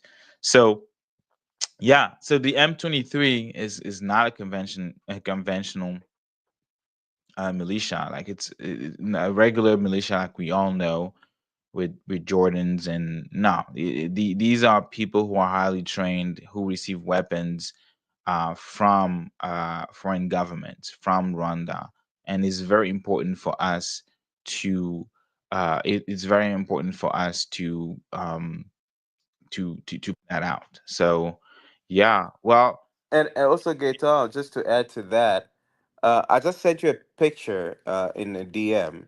yeah, I said that I'm not gonna show that, and No, no, I know. so, So the but the yeah, reason why that picture is very it's very it marks my days, if I could put that, because every time I think about that child, right, I think about how he has been robbed about his future by a country that was supposed to protect him, by a country that was supposed to take care of him. And on the other end is that, yes, the government in place failed him, so that just that quote unquote a liberating army will come and murder this child in the street of Goma. So both and that picture represent the failure on all sides, meaning that the government failed him, and the quote unquote liberators assassinated him, right? So how would you explain to me, as a father, as a citizen of that country, that that child deserve to be murdered in the street because one, he's not an army person, and you cannot tell me that it was a, he got a, a loose bullet or anything. You can tell that he was executed because he died exactly where he was sitting, right? Yeah. And that's the reality. And to me it's more disturbing just to add insult to what they would, adult will sit down. And what bothers me, and I mean, it could be shallow, but you see these fat people sitting on a desk and trying to explain to a whole country how it was only 870 lives, and not even Right. lives. They don't even have the humanity to say that these were lives. Is they say bodies, like it's nothing. I don't understand how that could even register that these people are coming to liberate, and these are your fellow citizens. These are not strangers. These are your fellow citizens. And if that is not disturbing to people, I don't know what is, right? These are Right. not enemies of, no, these are fellow citizen Congolese people. So we come to a place where humanity doesn't even represent anything. Human lives do not even represent anything. Our children lives don't even represent anything. So we have across from us barbaric dictators, monsters, not human beings, not leaders, not political leaders, not authorities. We have across from us how can I put, like, serial killers will even be an understatement, right? And we have to call it for what it is. This is not liberation. This is basically a monstrous period where you just have serial killers on the loose pretending to be liberators. That's exactly what they are. So, what do you think will be the future of Gordon Nanga that has been presented as the leader of the political branch right now, the AFC, who is M20, the M23 essentially, or someone like Sultani Makenga and all of them? What do you think is the future, honestly, sincerely? What do you think will happen? You know what's so sad about these so quote unquote leaders, right? It's like we don't pay attention to the story, the history of our country. We need to ask ourselves what happened to all the leaders of CNDP, RCD Goma, and all. They were leaders back then too. Those were the people that were actually, push the government to actually take them to share power. We had a Jean-Pierre Bemba, quote unquote, that was a vice president of that country, to today becoming a minister of transportation, right? This man back in, if we just go back a few years back, Right. he had a whole part of the country that he was running as absolute, absolute leader, quote unquote. Just the same thing like you see the Colonel Nanga today. Nothing new, right? The Zaidi Ngomas were the same thing. The Lambert Mende were the same thing. Jean-Pierre Ondekan, to name a few, right? Yeah. Where are these people today? Where are they? Yeah. And do you think that what they're doing today is gonna have any is gonna be any different from what they did in the past? And something that I thought would be was interesting to show to the audience was this photo that was taken around that time. I posted it personally on February 6th, and it's literally, maybe you didn't pay attention, but that's there's a little boy right there, right, standing on top of that grave, on the graveyard. He's standing watching his fellow Congolese burying other people. And to me, that also highlights the barbarity, like you said, like how evil war can be, right? And particularly when you have war for the wrong reason, and when you're not taking into consideration, like you mentioned, the consequence of that war, the collateral damage, if you're not targeting them according to your own words, you're not targeting civilians, but you're not even thinking of them. We are today, May 31st, and that's when the M23 decided to count the death, count the bodies, right? Because we already in May. So these bodies that they counted, that they collected, were already buried. So why did they wait this long to tell us their numbers if they were really about the people? And this person's, the fact that this kid is at the graveyard, it means that it was probably, most likely, certainly a family member that was being buried. Like, people don't understand war. People don't understand the consequence of war. And so when you present yourself as the liberator and you are unable to even empathize with the people that you liberating, then I'm and, questioning your reasons. Yes, Curtis. and to what you just mentioned, the psychological effect on that child, right? And this is what we're saying again. They keep on failing in a way that, I mean, think about it. How we're raising our children in these countries where there's certain things that you can't even allow them to watch, right? There's certain and this is just this is like fiction, things that are not even real, but it's just the images are so violent that you don't want it to interpret, you know what I'm saying, misinterpret what is real and what is not real, because logically our brain cannot even make a difference between what's not real and what's real logically, right? Yeah, But even in that aspect, we don't even want to uh you know expose them to those kind of things, right? But this is a child, and look at what he's doing. He's literally putting his hand on top of his nose because the stench of those dead bodies, where you look at the people that are going to bury them, are covered up. They have yeah. masks, they have protection, but this little boy, right, he's there, not just watching this, smelling this. Hmm. Do we even understand the psychological effect that it's having on this child? This is the level that we have failed.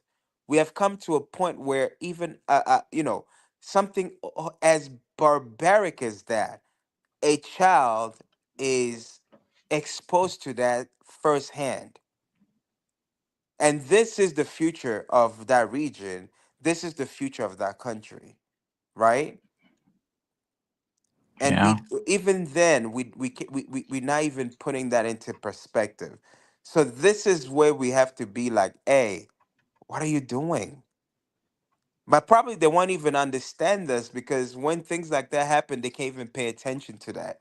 These are the people that are justifying killing other Congolese people, killing other human beings without even second thinking or second guessing. So we probably just preaching, to the wrong choir. I don't know, because it comes a time where you feel like you just there's no hope. And I And wanted to add, sorry, yes, I Mount wanted Benedict. to, Yeah. yeah, and I wanted to add the fact that as we have been talking about Mr. Kabila, in his 12 point, there is uh, nothing about the death toll or,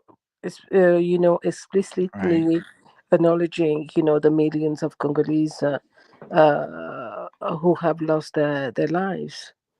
So, and this is again, I think, something that we need to look at, because this speaks, lack of accountability, meaning avoiding to mention, the massive of human cost sidelines justice for the victims. It talks, selective memory as well, and disregard actually for justice. And that's why for me, when people are saying, he's been saying what we've been saying, I say yes, accept the death. And this is for me really central to the conversation here. Because if we are speaking, if we are, uh, um, uh, if we are revolted by this situation, it's because people have died, people have lost their lives. And this is what motivates us to speak up. Yet you have those people who come, who say, we are going to do good now, you know, because the country, is facing difficulties, and we need to restore order and so forth. Yet they don't speak about the death toll in the Congo. And and also, what is interesting in everything that is happening is that when you take those reports, when you take, the public statements that are made um, around that situation, if you uh, take, what is happening in Doha, in Qatar, the discussions that they have there, they always talk about the M23. There is no AFC from Nanga, which Yeah. shows again that they need, for the Congolese people, they need to have Congolese faces in order to legitimize what they are doing, saying that we're coming to liberate you. But when the discussions are taking place, we are talking about a proxy militia from Rwanda that is aggressing the Congo. But there is no AFC.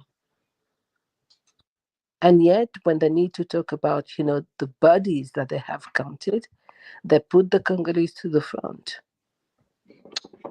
And to talk about the 12 points, I think we never really went over what those 12 points are, at least for the audience and the people kind of like um watching this closely and or try to understand, right, so that they can help Congolese people amplify the voice of the Congolese people. So during his 45-minute speech, which was the first time in like what 6 years that he actually spoke publicly, he laid out for him the 12 points for him to end or to save the Congo. That's what he was essentially saying.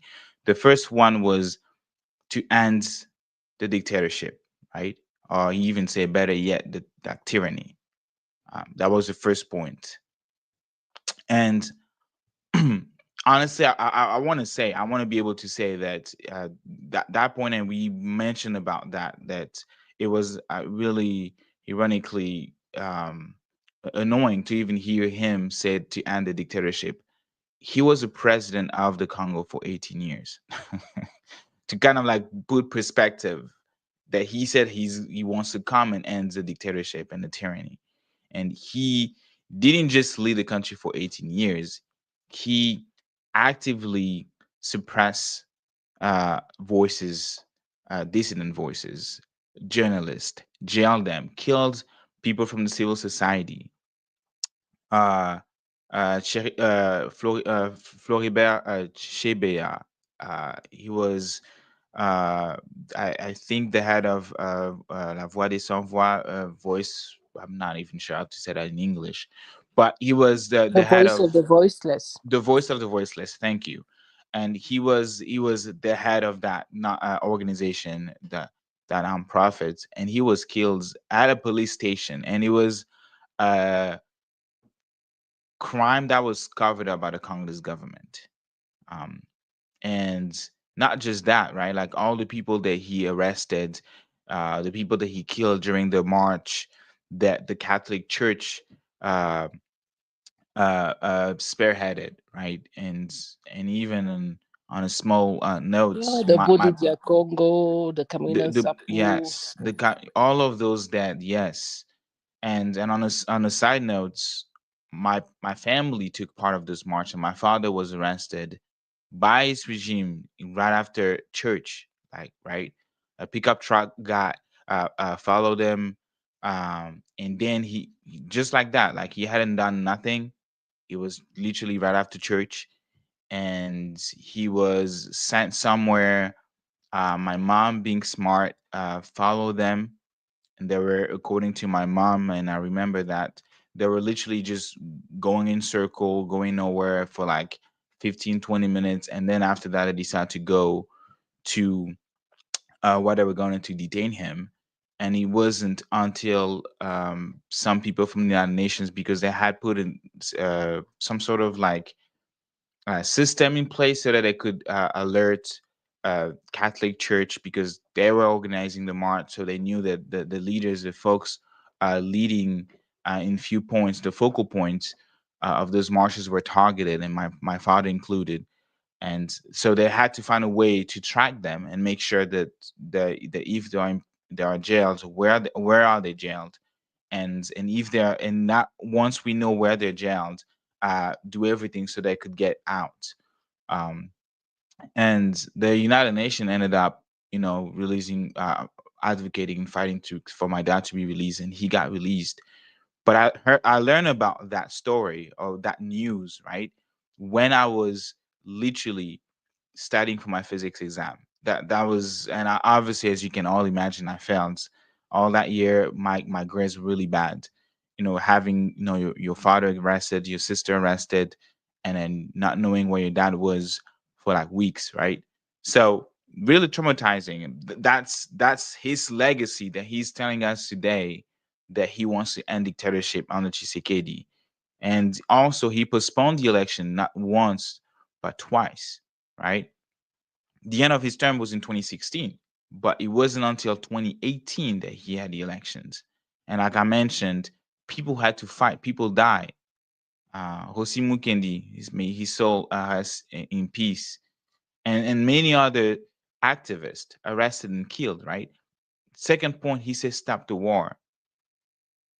Right. While under his regime, the was war. Right. The M23 was born under his regime in 2012. Let's not forget that. And all the rebel groups, RCD, the people now, the person, and I mentioned, I showed that in the photo earlier, excuse me, Moise Nyarugabo, who was sitting right next to him. I need to find this photo right now. Moise Nyarugabo sitting right next to him was one of the leader of the RCD, the rebel groups that happened during his presidency, right? So it, to me, it's like stop the war, bruh.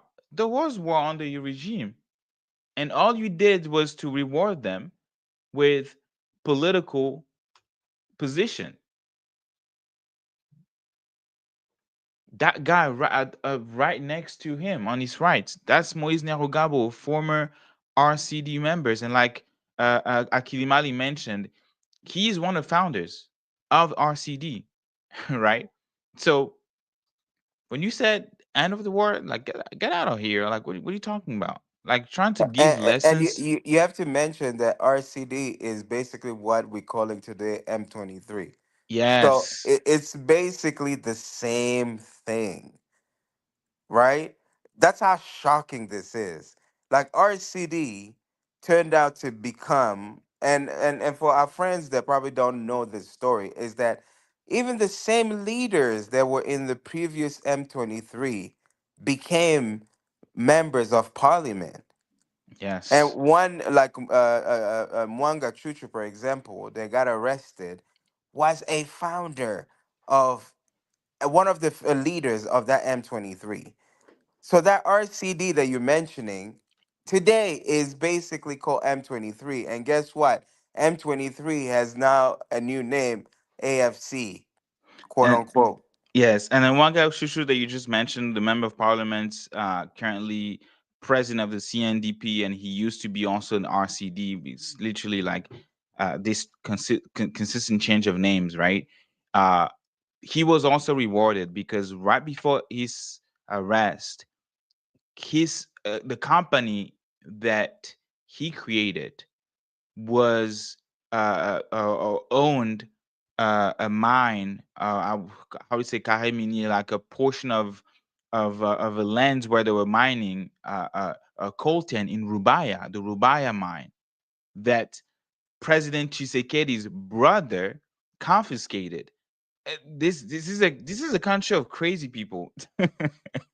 you know, how It, come a former warlord or member of RCD, CNDP end up owning a land where he can exploit mine in Rubaya?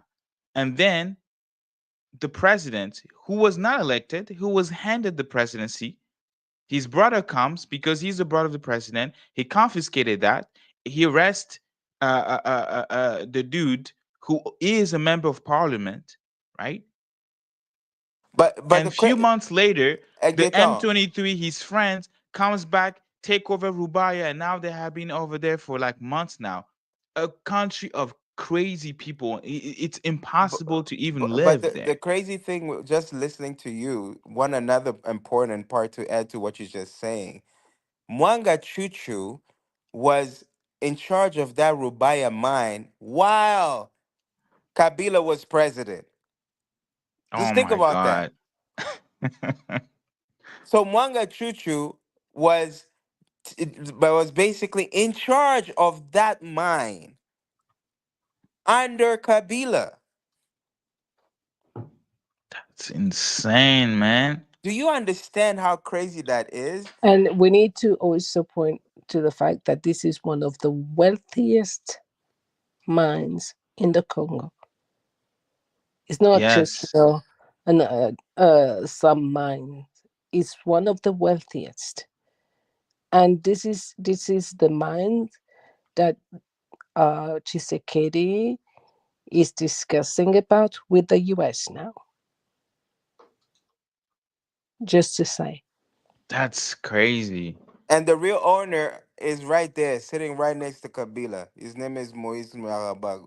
What's his name? Nyarugabo. Right. And he's talking about here you have President Kabila says, I want to stop the war when he's been rewarding those wage war with uh portion of mine lands, carré minier like we say in French, with like mining block. seats at mining blocks, thank you, mining blocks, uh seats at the parliaments, at the senate, because Moise Nyarugabo ended up, I'm not even sure if he was really elected, honestly, but he was a senator for the longest time. Oh, and we forgetting one important actor in this. Nanga, the reason why he decided to even go at war is because they confiscated his own mineral block that was given to him by Kabila As a for gift for being robbing a good the boy. elections. Now Yes, think about that part. for being a good boy, he was given a mining block of gold.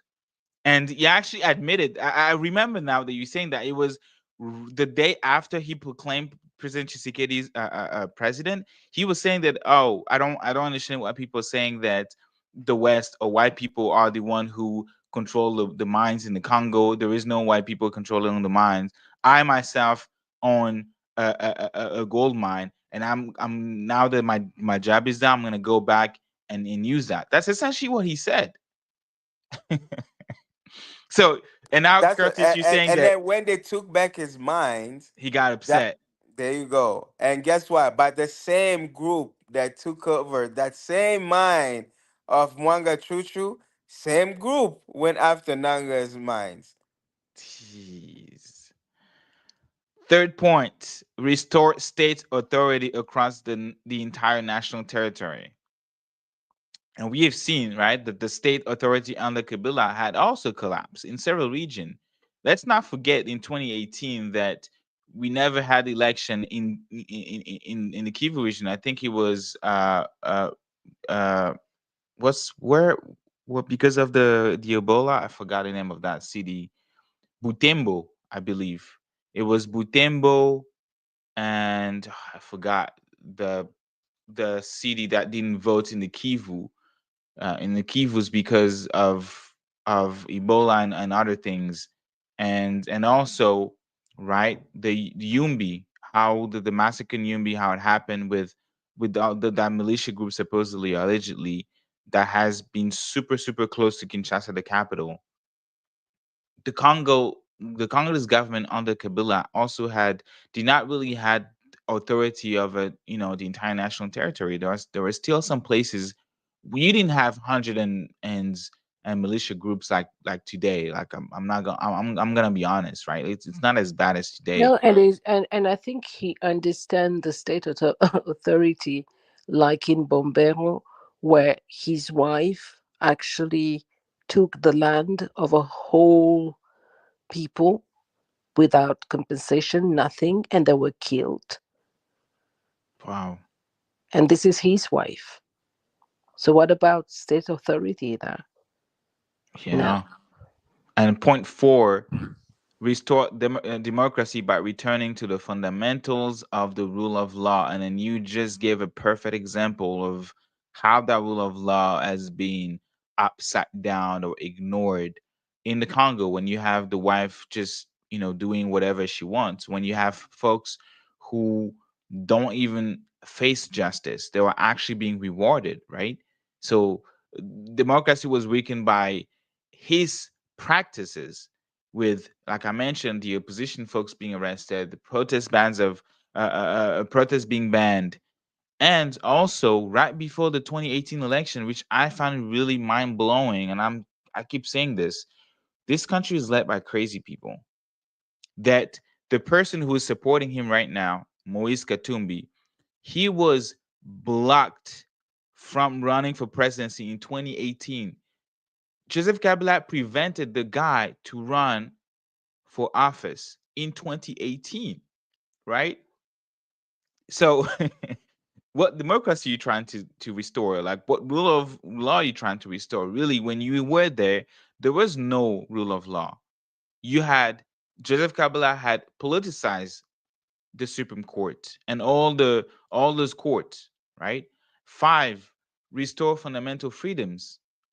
I'm not going to go back to what happened. I think I mentioned already what happened to journalists, writing or speaking the truth, civilians speaking the truth, people just being against his regime. What happened to them?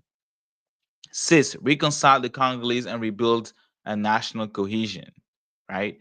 And it was mentioned with Kamuna and Sapu, like his regime really also fueled uh ethnic divisions, with when you had, like you mentioned, Mama Benedict, like the wife just coming and taking lands that doesn't even belong to her or to her ethnic group, I don't know. And also how they handled the Kamina Sampu issue, our affair in the Kasai, right, which led to massacre, right?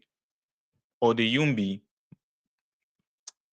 massacre. There was a report on 500 Congolese people massacred. 500 Congolese people massacred because they were from a particular tribe, or particularly a group called Banunu, I think. Uh, so to me, that to me shows that there was no national cohesion under his regime. Communities were killing each other, right? So seven, relaunch the country's development.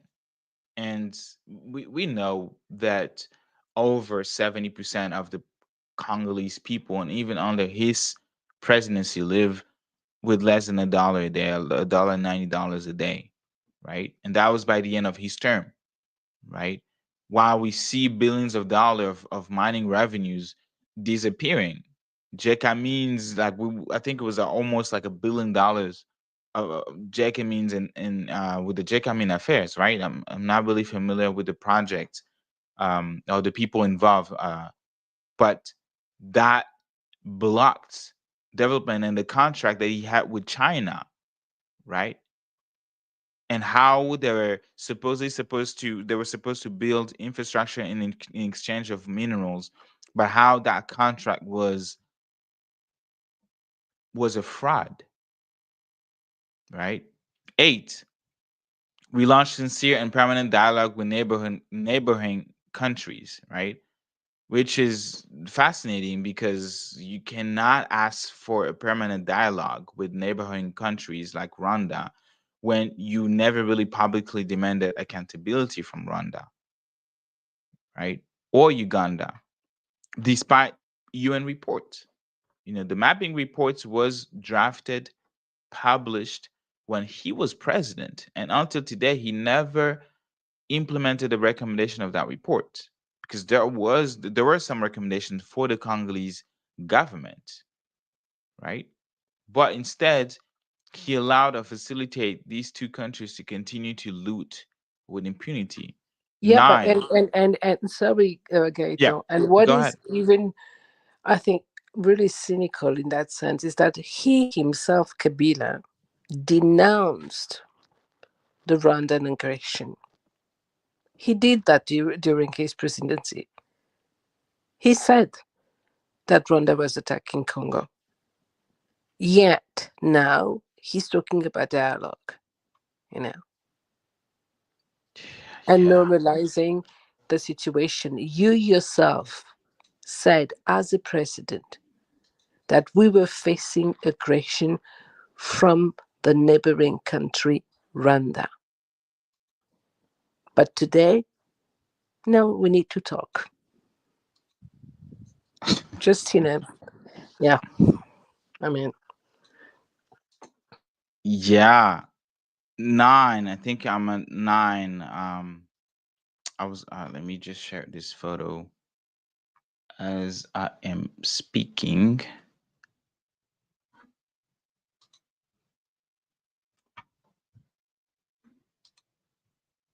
Okay.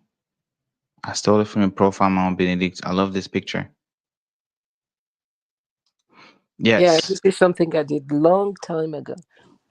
I That even was did great. bags with that. Wow. Yeah. 9.9 of his amazing speech, 45 minutes. 9, restore the country's credibility. That's that's his set, right? Which is funny because the Congo under his presidency was among the most corrupt countries in the world. Just look at Transparency Internationals, right? With embezzlement scandals, electoral fraud, and how the government was leading the country in total opacity, right?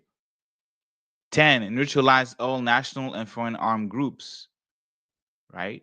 So again, really ironic, right? He said because he's talking about neutralizing all national and foreign armed groups when, and we mentioned that rather than neutralizing them, Kabila, he literally integrated several warlords into the army, people who took weapons, and I mentioned Moise Nyarugabo on his right, who was part of the RCD, right? Sultani Makenga, who is one of the, I'm not sure if he's the commander or whatever, what's his title is. He was in the army. Before being in the army, he was in M23, right? M23 2012 version. Before that, he was in CNDP. Before the CNDP, he was in RCD. Before the RCD, he was in FDLR, in the FDL. So you have people who have been rewarded with roles like I mentioned, and essentially institutionalizing impunity. That's under Kabila, right? And then 11, end of the use of mercenaries. When under his presidency, also we saw mercenaries, not at the level, at the scale. I'm not. I have to be honest, that we've seen with President Tshisekedi, but still, he he still had advisors, foreign advisors, and private companies hired. He did that, and he did all of that without parliamentary oversight, right? And then 12, ordered the withdrawal of all foreign troops from the national territory. In his speech, he mentioned Sadek. He praised them for leaving the country, and I watched his speech twice. Not that I'm obsessed, but because I needed to understand. First time you watch it because you want to learn. Second, you watch it to understand and break down point by point. He mentioned South Africa troops, praised them for, or commend them from leaving the Congo. They were forced to leave, and I've said that in many of my op-ed on X. It was political because of the U.S. getting slapped with tariffs, sanctions from the United States, and they couldn't fight a Congolese war. That was so many fronts for them to fight, so they had to leave. And also because of the GPS jammer that I mentioned, there was absolutely no way for South African troops to continue um, to be present in the Congo, so they had to leave through Rwanda. But Kabila mentioned South African troops, Samia DRC. He didn't even mention once the RDF.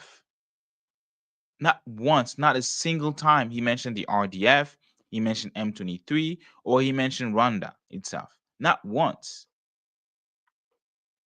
And he didn't even talk about Ugandan troops and how he literally tolerated Rwanda and Uganda incursions when he was the president under the disguise of joint operations. That happened under his presidency. So these, ladies and gentlemen, people watching us, we are right now 500 people. Thank you for watching and being tuned to Friends of the Congo platforms.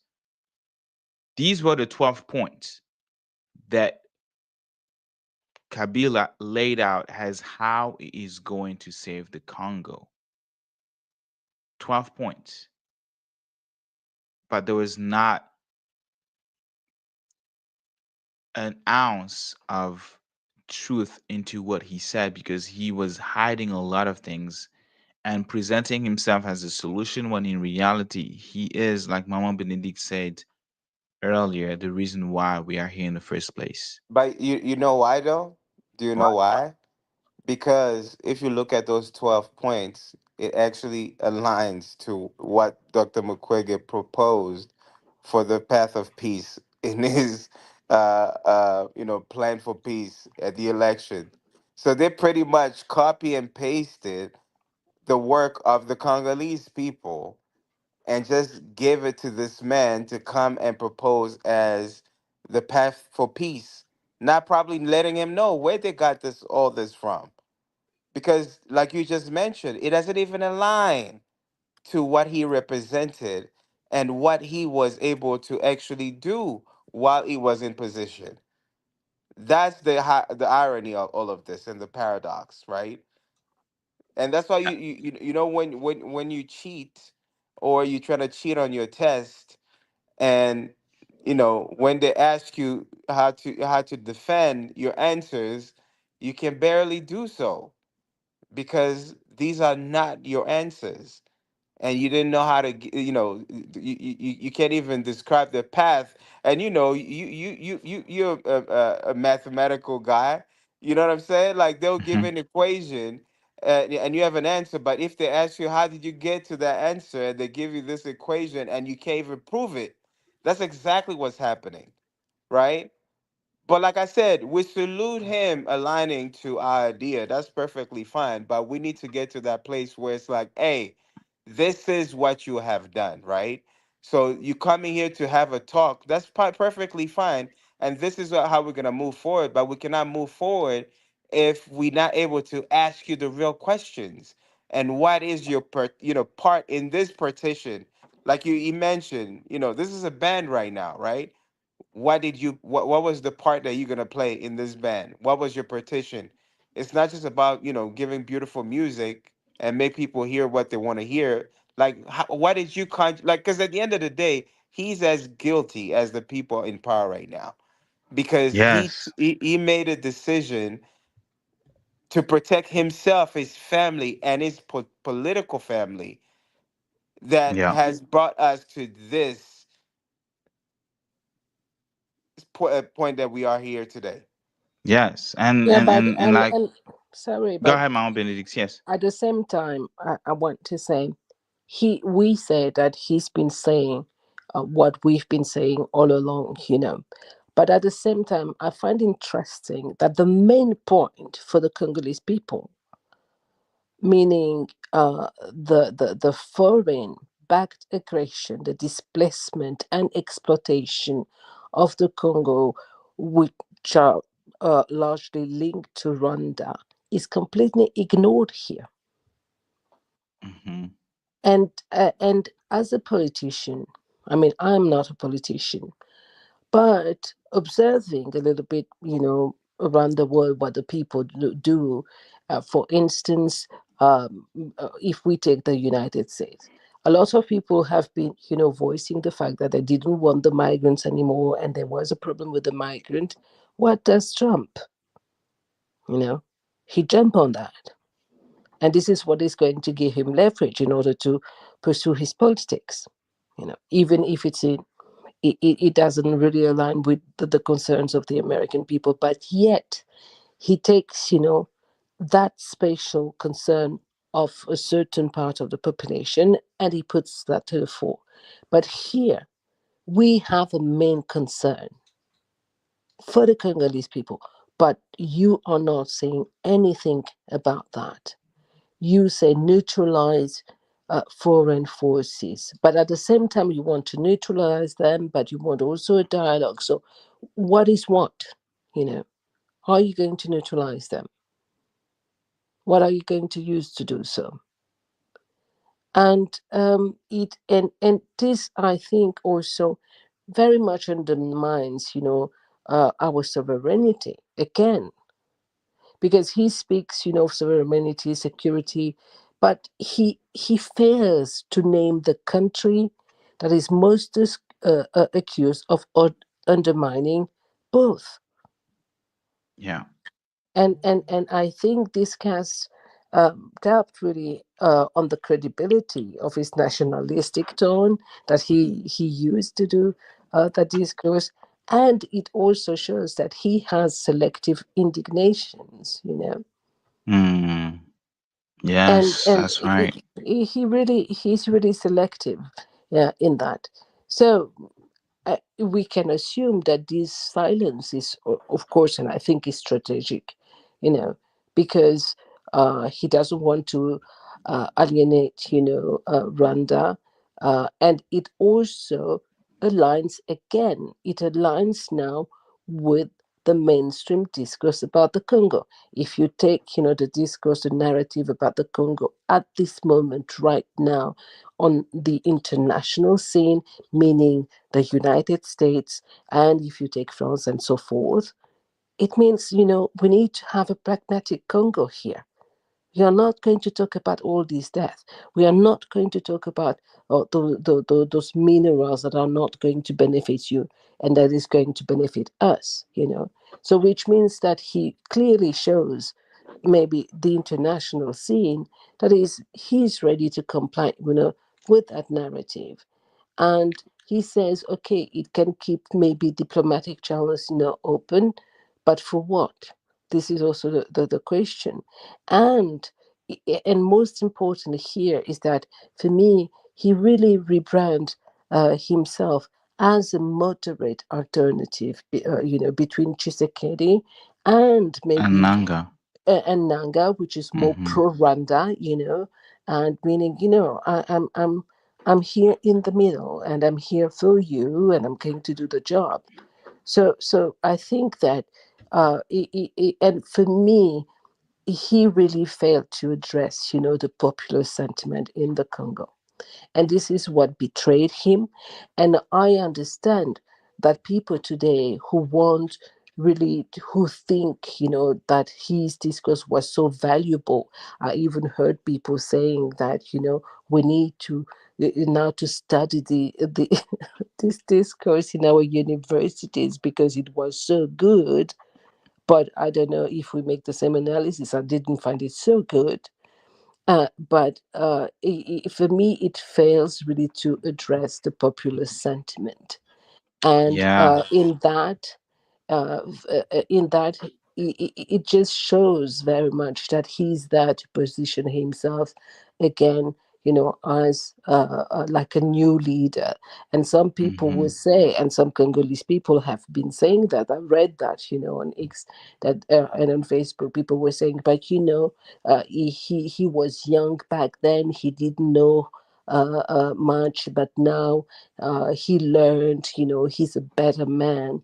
And I just want to remind people of those wonderful words of Maya Angelou when she says, when somebody showed you who he is, believe him. And I Yeah. think we had 18 years of Kabila, and he showed us who he is, and we need to believe him.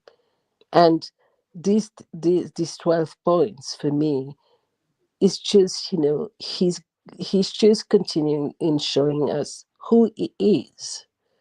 But now we need to challenge him. He said that he wants a dialogue. Let's go.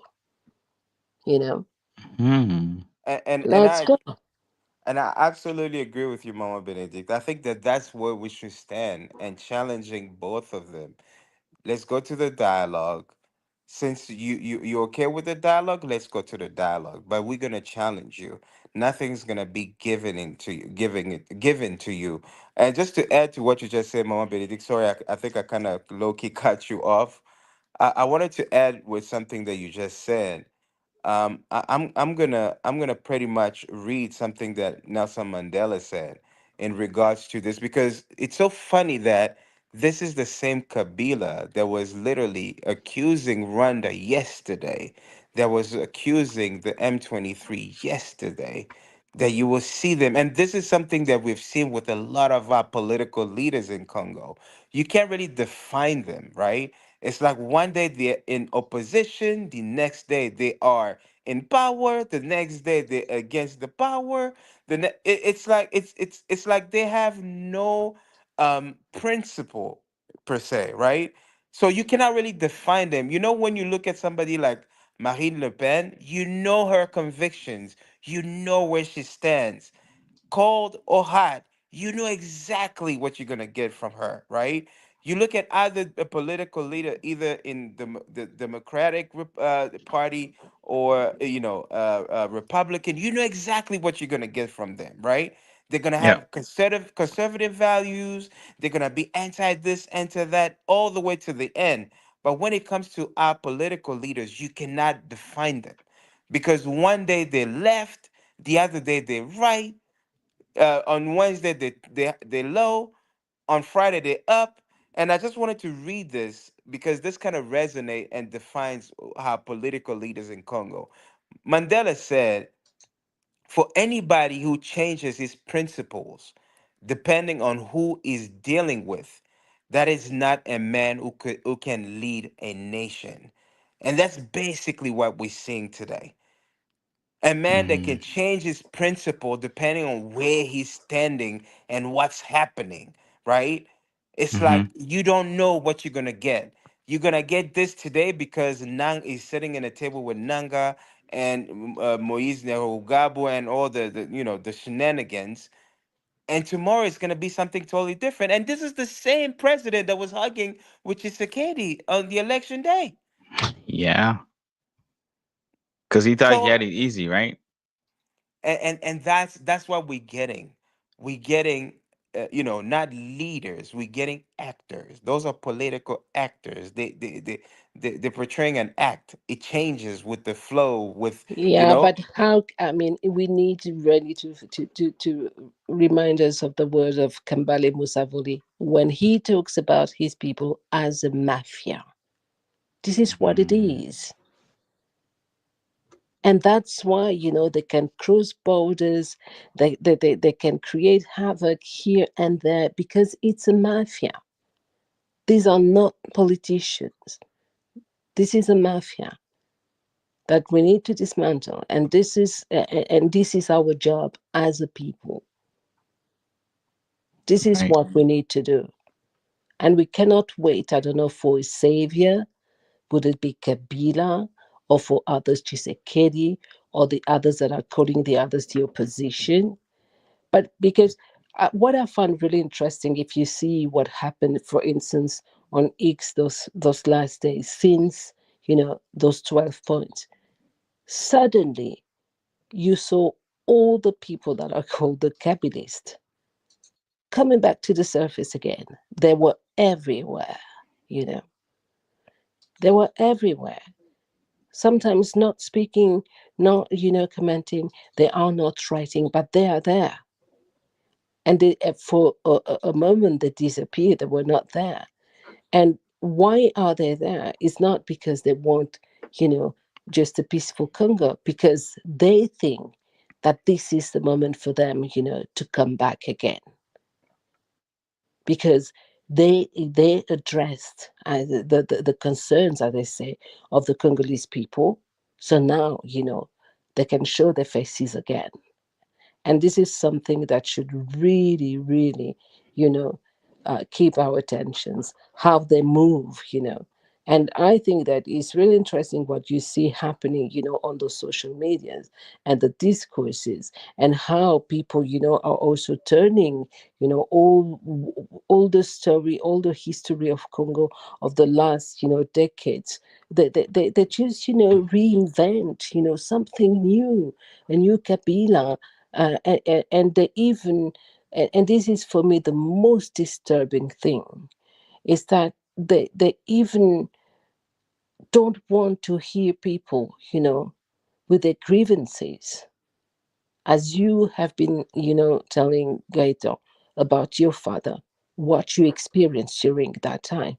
And how can you imagine that people suddenly, when they see this figure coming back again, taking the lead, how do you expect people to keep silent and just forget, you know, what they've been what they experienced with him?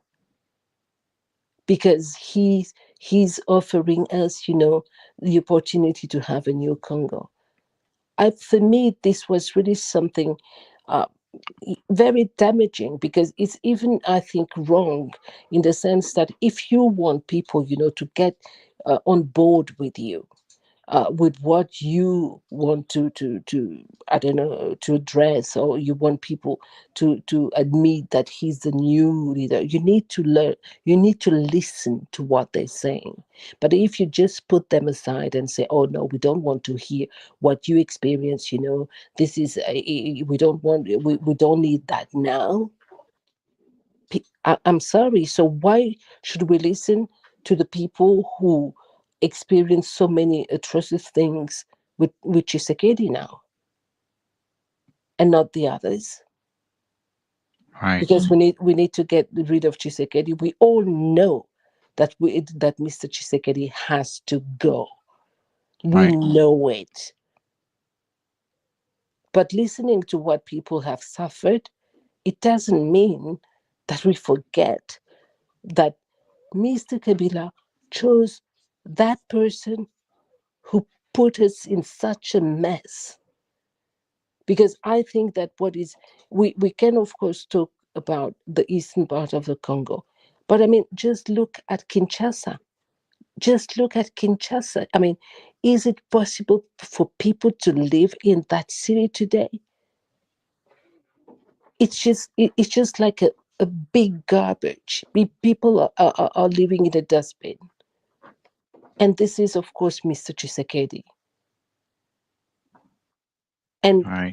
I'm sorry, and we need, of course, I mean, when we're going to challenge him, just to ask him. I mean, you hated us so much that you took, you, even if you didn't have the right, but you took the least capable, you know, for us in order to put us in that situation.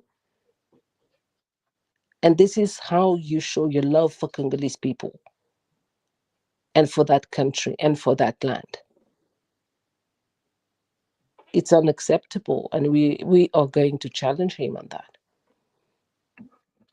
I All absolutely right. agree, Mama Absolutely. Benedict. Curtis, yes. Just to add to what Mama Benedict said, I think that what she's saying is so crucial, because we have to understand that w- leaders, and I love what you just posted as on that poster. A leader or a statesman got to understand that every decision that he makes has a direct and indirect impact on the lives of the citizens of the country that he's appointed, right, to lead. Because those leaders sometimes forget that they are just an extension of the people, right? They are workers, they are employees of the people. And sometimes they do really forget that. You cannot impose yourself as a leader. You have to be chosen. And what they're doing is one is imposing, one is dictating, right? And not understanding that those decisions have an impact. There's people that would never come back. They have lost their lives forever Mhm. because of a decision that two people have made. Two people have decided that this is what we're going to do, regardless of what the country have. And this is exactly what happened when you steal something, right? When you Yeah. build something out of theft, out of uh, something that has no merit, and you're trying to build something, and then when it goes to shambles, you're trying to put bandage on it. No, you cannot put bandage on a lie. You started off wrong, right? All This is right. a decision that you made. You decided this, and you coming as a savior. And I think that that's the most absurd thing I ever experienced in my life. And I think that that's basically people that are not it's not egotistical. What are the people that they would do something to you and pretend that they are the victims. There's a word, and I'm trying to get it. Uh Uh, Man, I don't know the words how to call them, but they're gaslighting you, yeah, like gaslighting manipulating you you. or manipulative or um that's exactly what's happening. Like, you Mm. literally destroyed us. You stole an election. People have lost their lives. They got killed. You have chosen the most incompetent out of all of the people that should have been there for your own ego, for your own protection. And when things went left, you're accusing him of being incompetent when you clearly knew he was incompetent when you put him there. You understand what I'm saying? And then you Yeah. tried to say, like, you know what, they were mistakes. No, no, no, no, bro. You are as guilty as the man in Kinshasa. There's no separation. We need to be on that table so that we can speak truth to power, speak truth to the people that are the real actors in this mess, and then move forward without them. We're going to hear them, but we're not going to move forward with them So because you they don't. think so Mama Benedict and Curtis, so you guys think that it is possible with this dialogue uh announcing itself, and I think it's inevitable that that's going to happen, right? Like at some point they're going to have to sit down and talk. You think it'll be possible to have a configuration in which we will have neither Kabila nor Tshisekedi? Like how, what leverage will the people have to make it happen? How is it going to happen? Well, I think that again, we have means. I mean, as I say, if we are clever and we use that constitution, there are means for us to summon Mr. Chisekedi. And Congolese people, some Congolese people have already been working on that. It is called La Palabre Congolaise. And these are everyday people from all sorts of backgrounds who got together and already worked very hard for this to happen.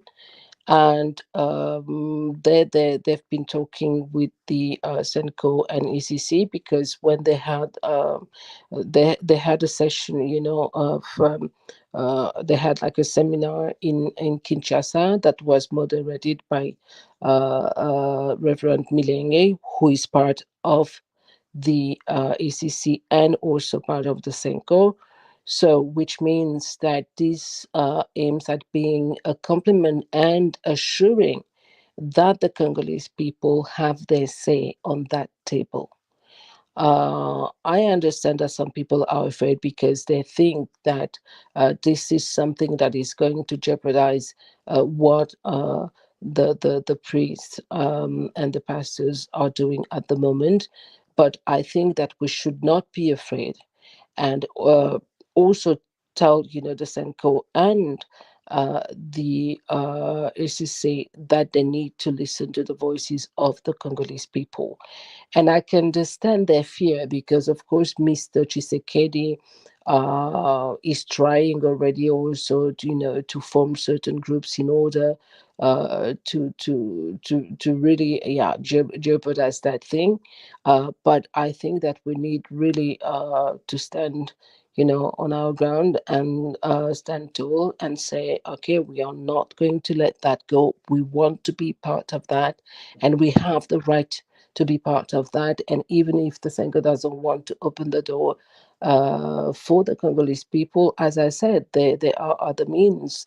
And now it's just a matter of Congolese people to have that courage and not think that because the people who are organizing that are not known, they are not celebrities, because this is sometimes also a problem with us, because we say, oh, this person is not known. Just look at what happened with Dr. Mukwege.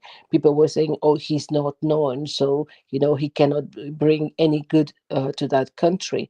We really need to get rid of that kind of thinking, because this is something that is not helping us, and really be bold and really assertive about what we want and what we're going to do.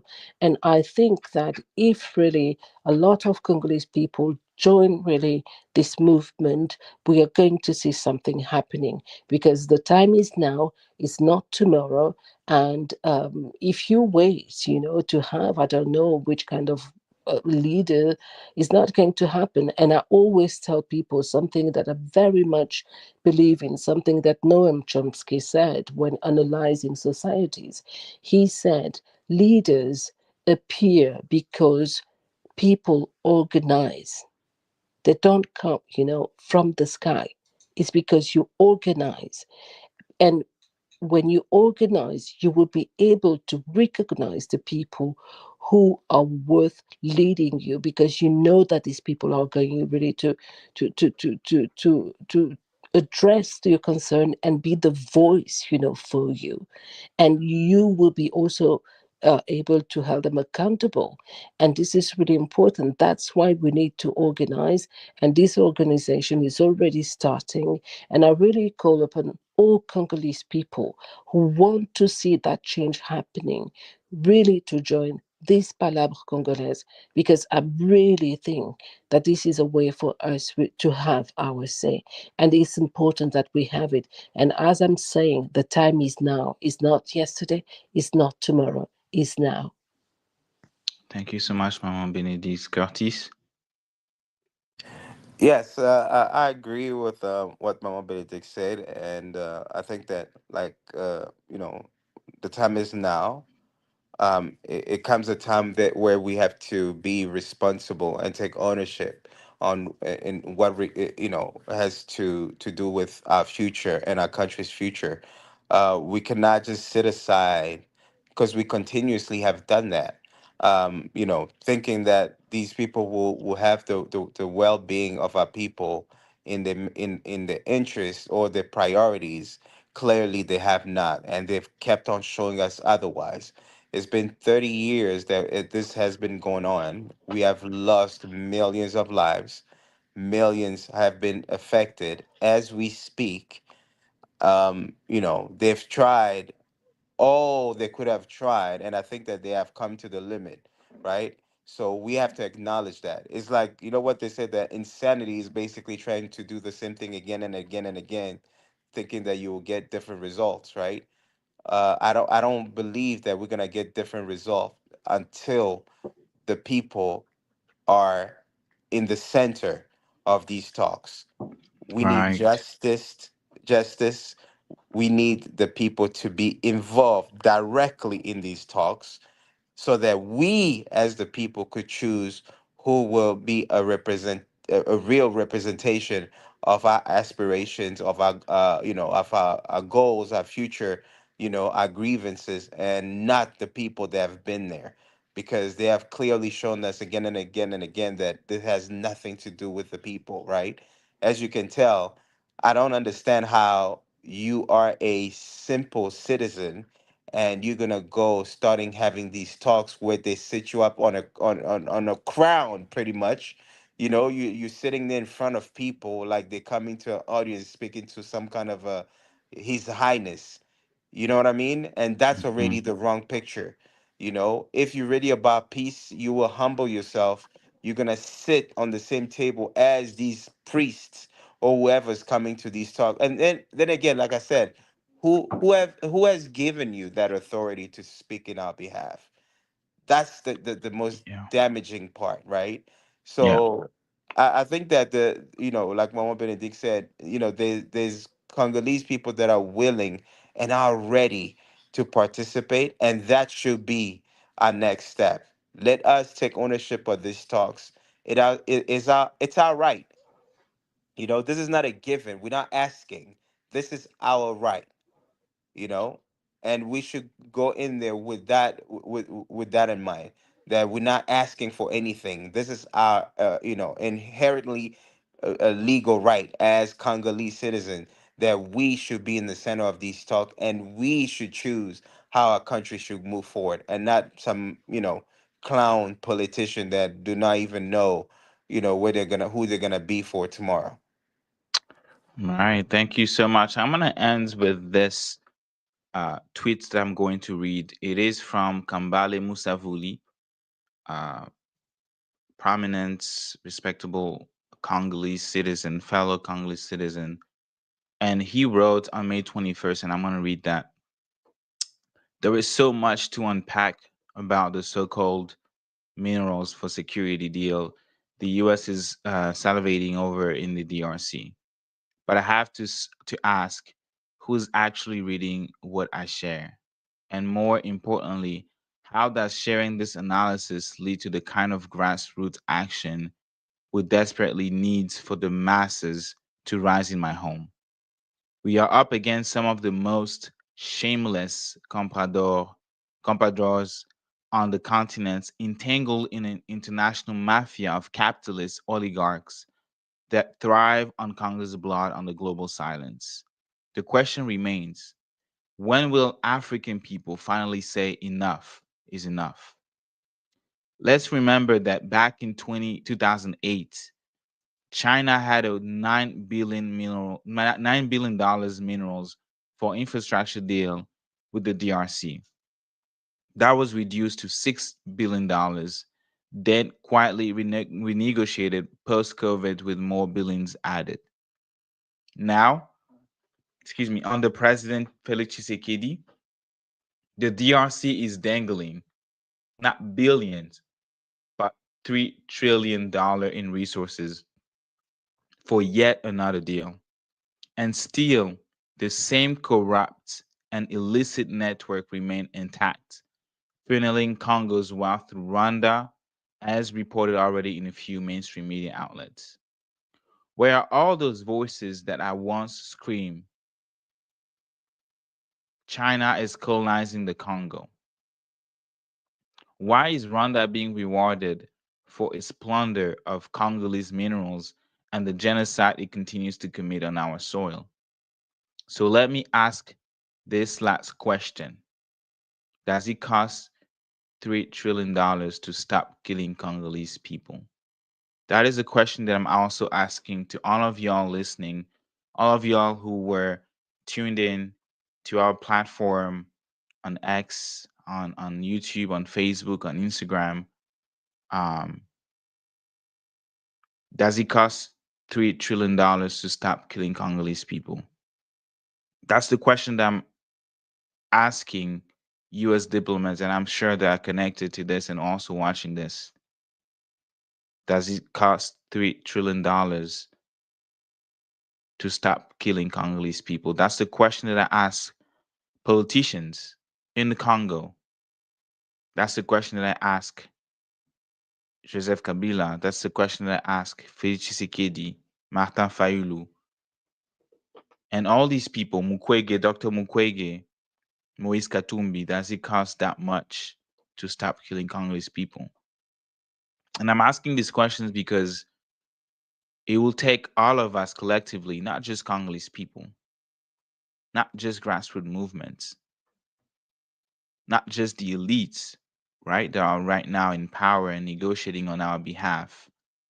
On what grounds? Curtis asked during this live.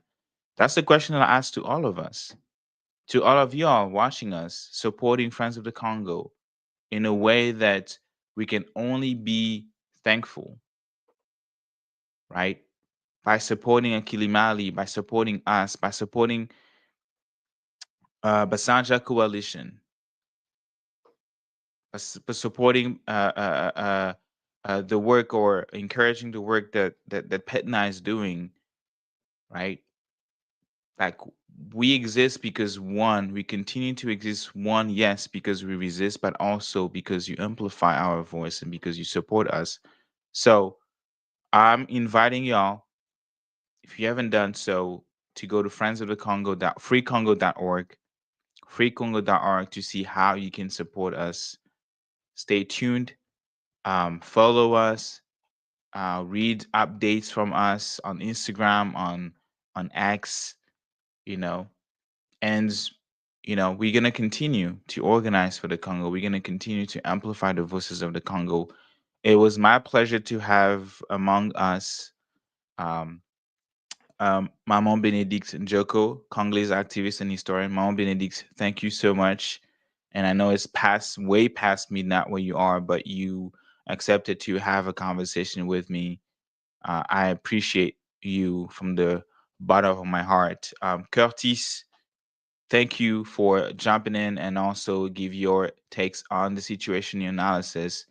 And then I'm gonna give the two of you a couple minutes to give like your conclusion as I'm gonna end, and I'm gonna end the stream. Curtis, I'm gonna start with you. Yeah, thank you, Gaetan. Always a pleasure. Thank you, Mama Benedict. Always a pleasure. Um, I think that my last word, because I think we have basically said, I said everything that I've really wanted to say. I think that we just need to keep on pushing for this dialogue, but with like I was mentioning, emphasizing that the people should be the forefront in these discussions. We need to spearhead these discussions and not be dictated by any politician whatsoever. And I'm going to end with the question you just mentioned, because I think that it's an extremely poignant question. Does it cost $3 trillion to have peace in the Congo? All right, Mama Benedict. Yeah, thank you very much, Gaetan. And it was really my pleasure to be here and to be with you. Thank you, Curtis, also. And I will call you my babies because I'm a mama.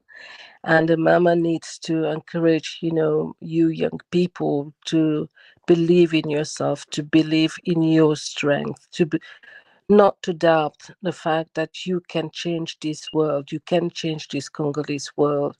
And I know that it seems difficult, but I assure you, once you will raise, you will even wonder why it took you so long to do so. Because the time you will do that, you'll see all those people run away like, they never run in their life. So you need to really believe in that, to believe in your strength to do that. It's really important. Never doubt yourself. never doubt the fact that what you are doing is right, because uh, you are defending not just Congolese people, but you're defending values in this world and asserting to this world that it is worth fighting for human lives, to respect humanity. And this is what this fight is about. Even if the world seems a little bit strange at this moment, never doubt that. And you're able to do that. You have the strength to do that. And I'm sure that if we really think that way, things are going to change. And yeah, I encourage everybody, really everybody, to do so. And I thank, all the people who are not Congolese and who are supporting this cause, because it's not just about us. Because if Congo is free, Rwanda is going to be free, Uganda is going to be free, Burundi is going to be free. And this is what, if we want to have peace, it is necessary to start somewhere, and it needs to start in Congo. So thank you very much, everybody, and continue amplifying our voices. We are very humble, when we see people doing that and supporting us, it means a lot. And yeah, just keep on doing that. And I hope that, yeah, sooner than later we will be rejoicing, because children are going to laugh again, children are going to swim again and go to school as they should, and just be children, because we tend to forget that half of the victims in that conflict are children under the age of 5, and we need to fight for them. So thank you very much, Gaetan, and Akili Mali also. Thank you so much. Yes, thank you, Akil Mali, giving us updates.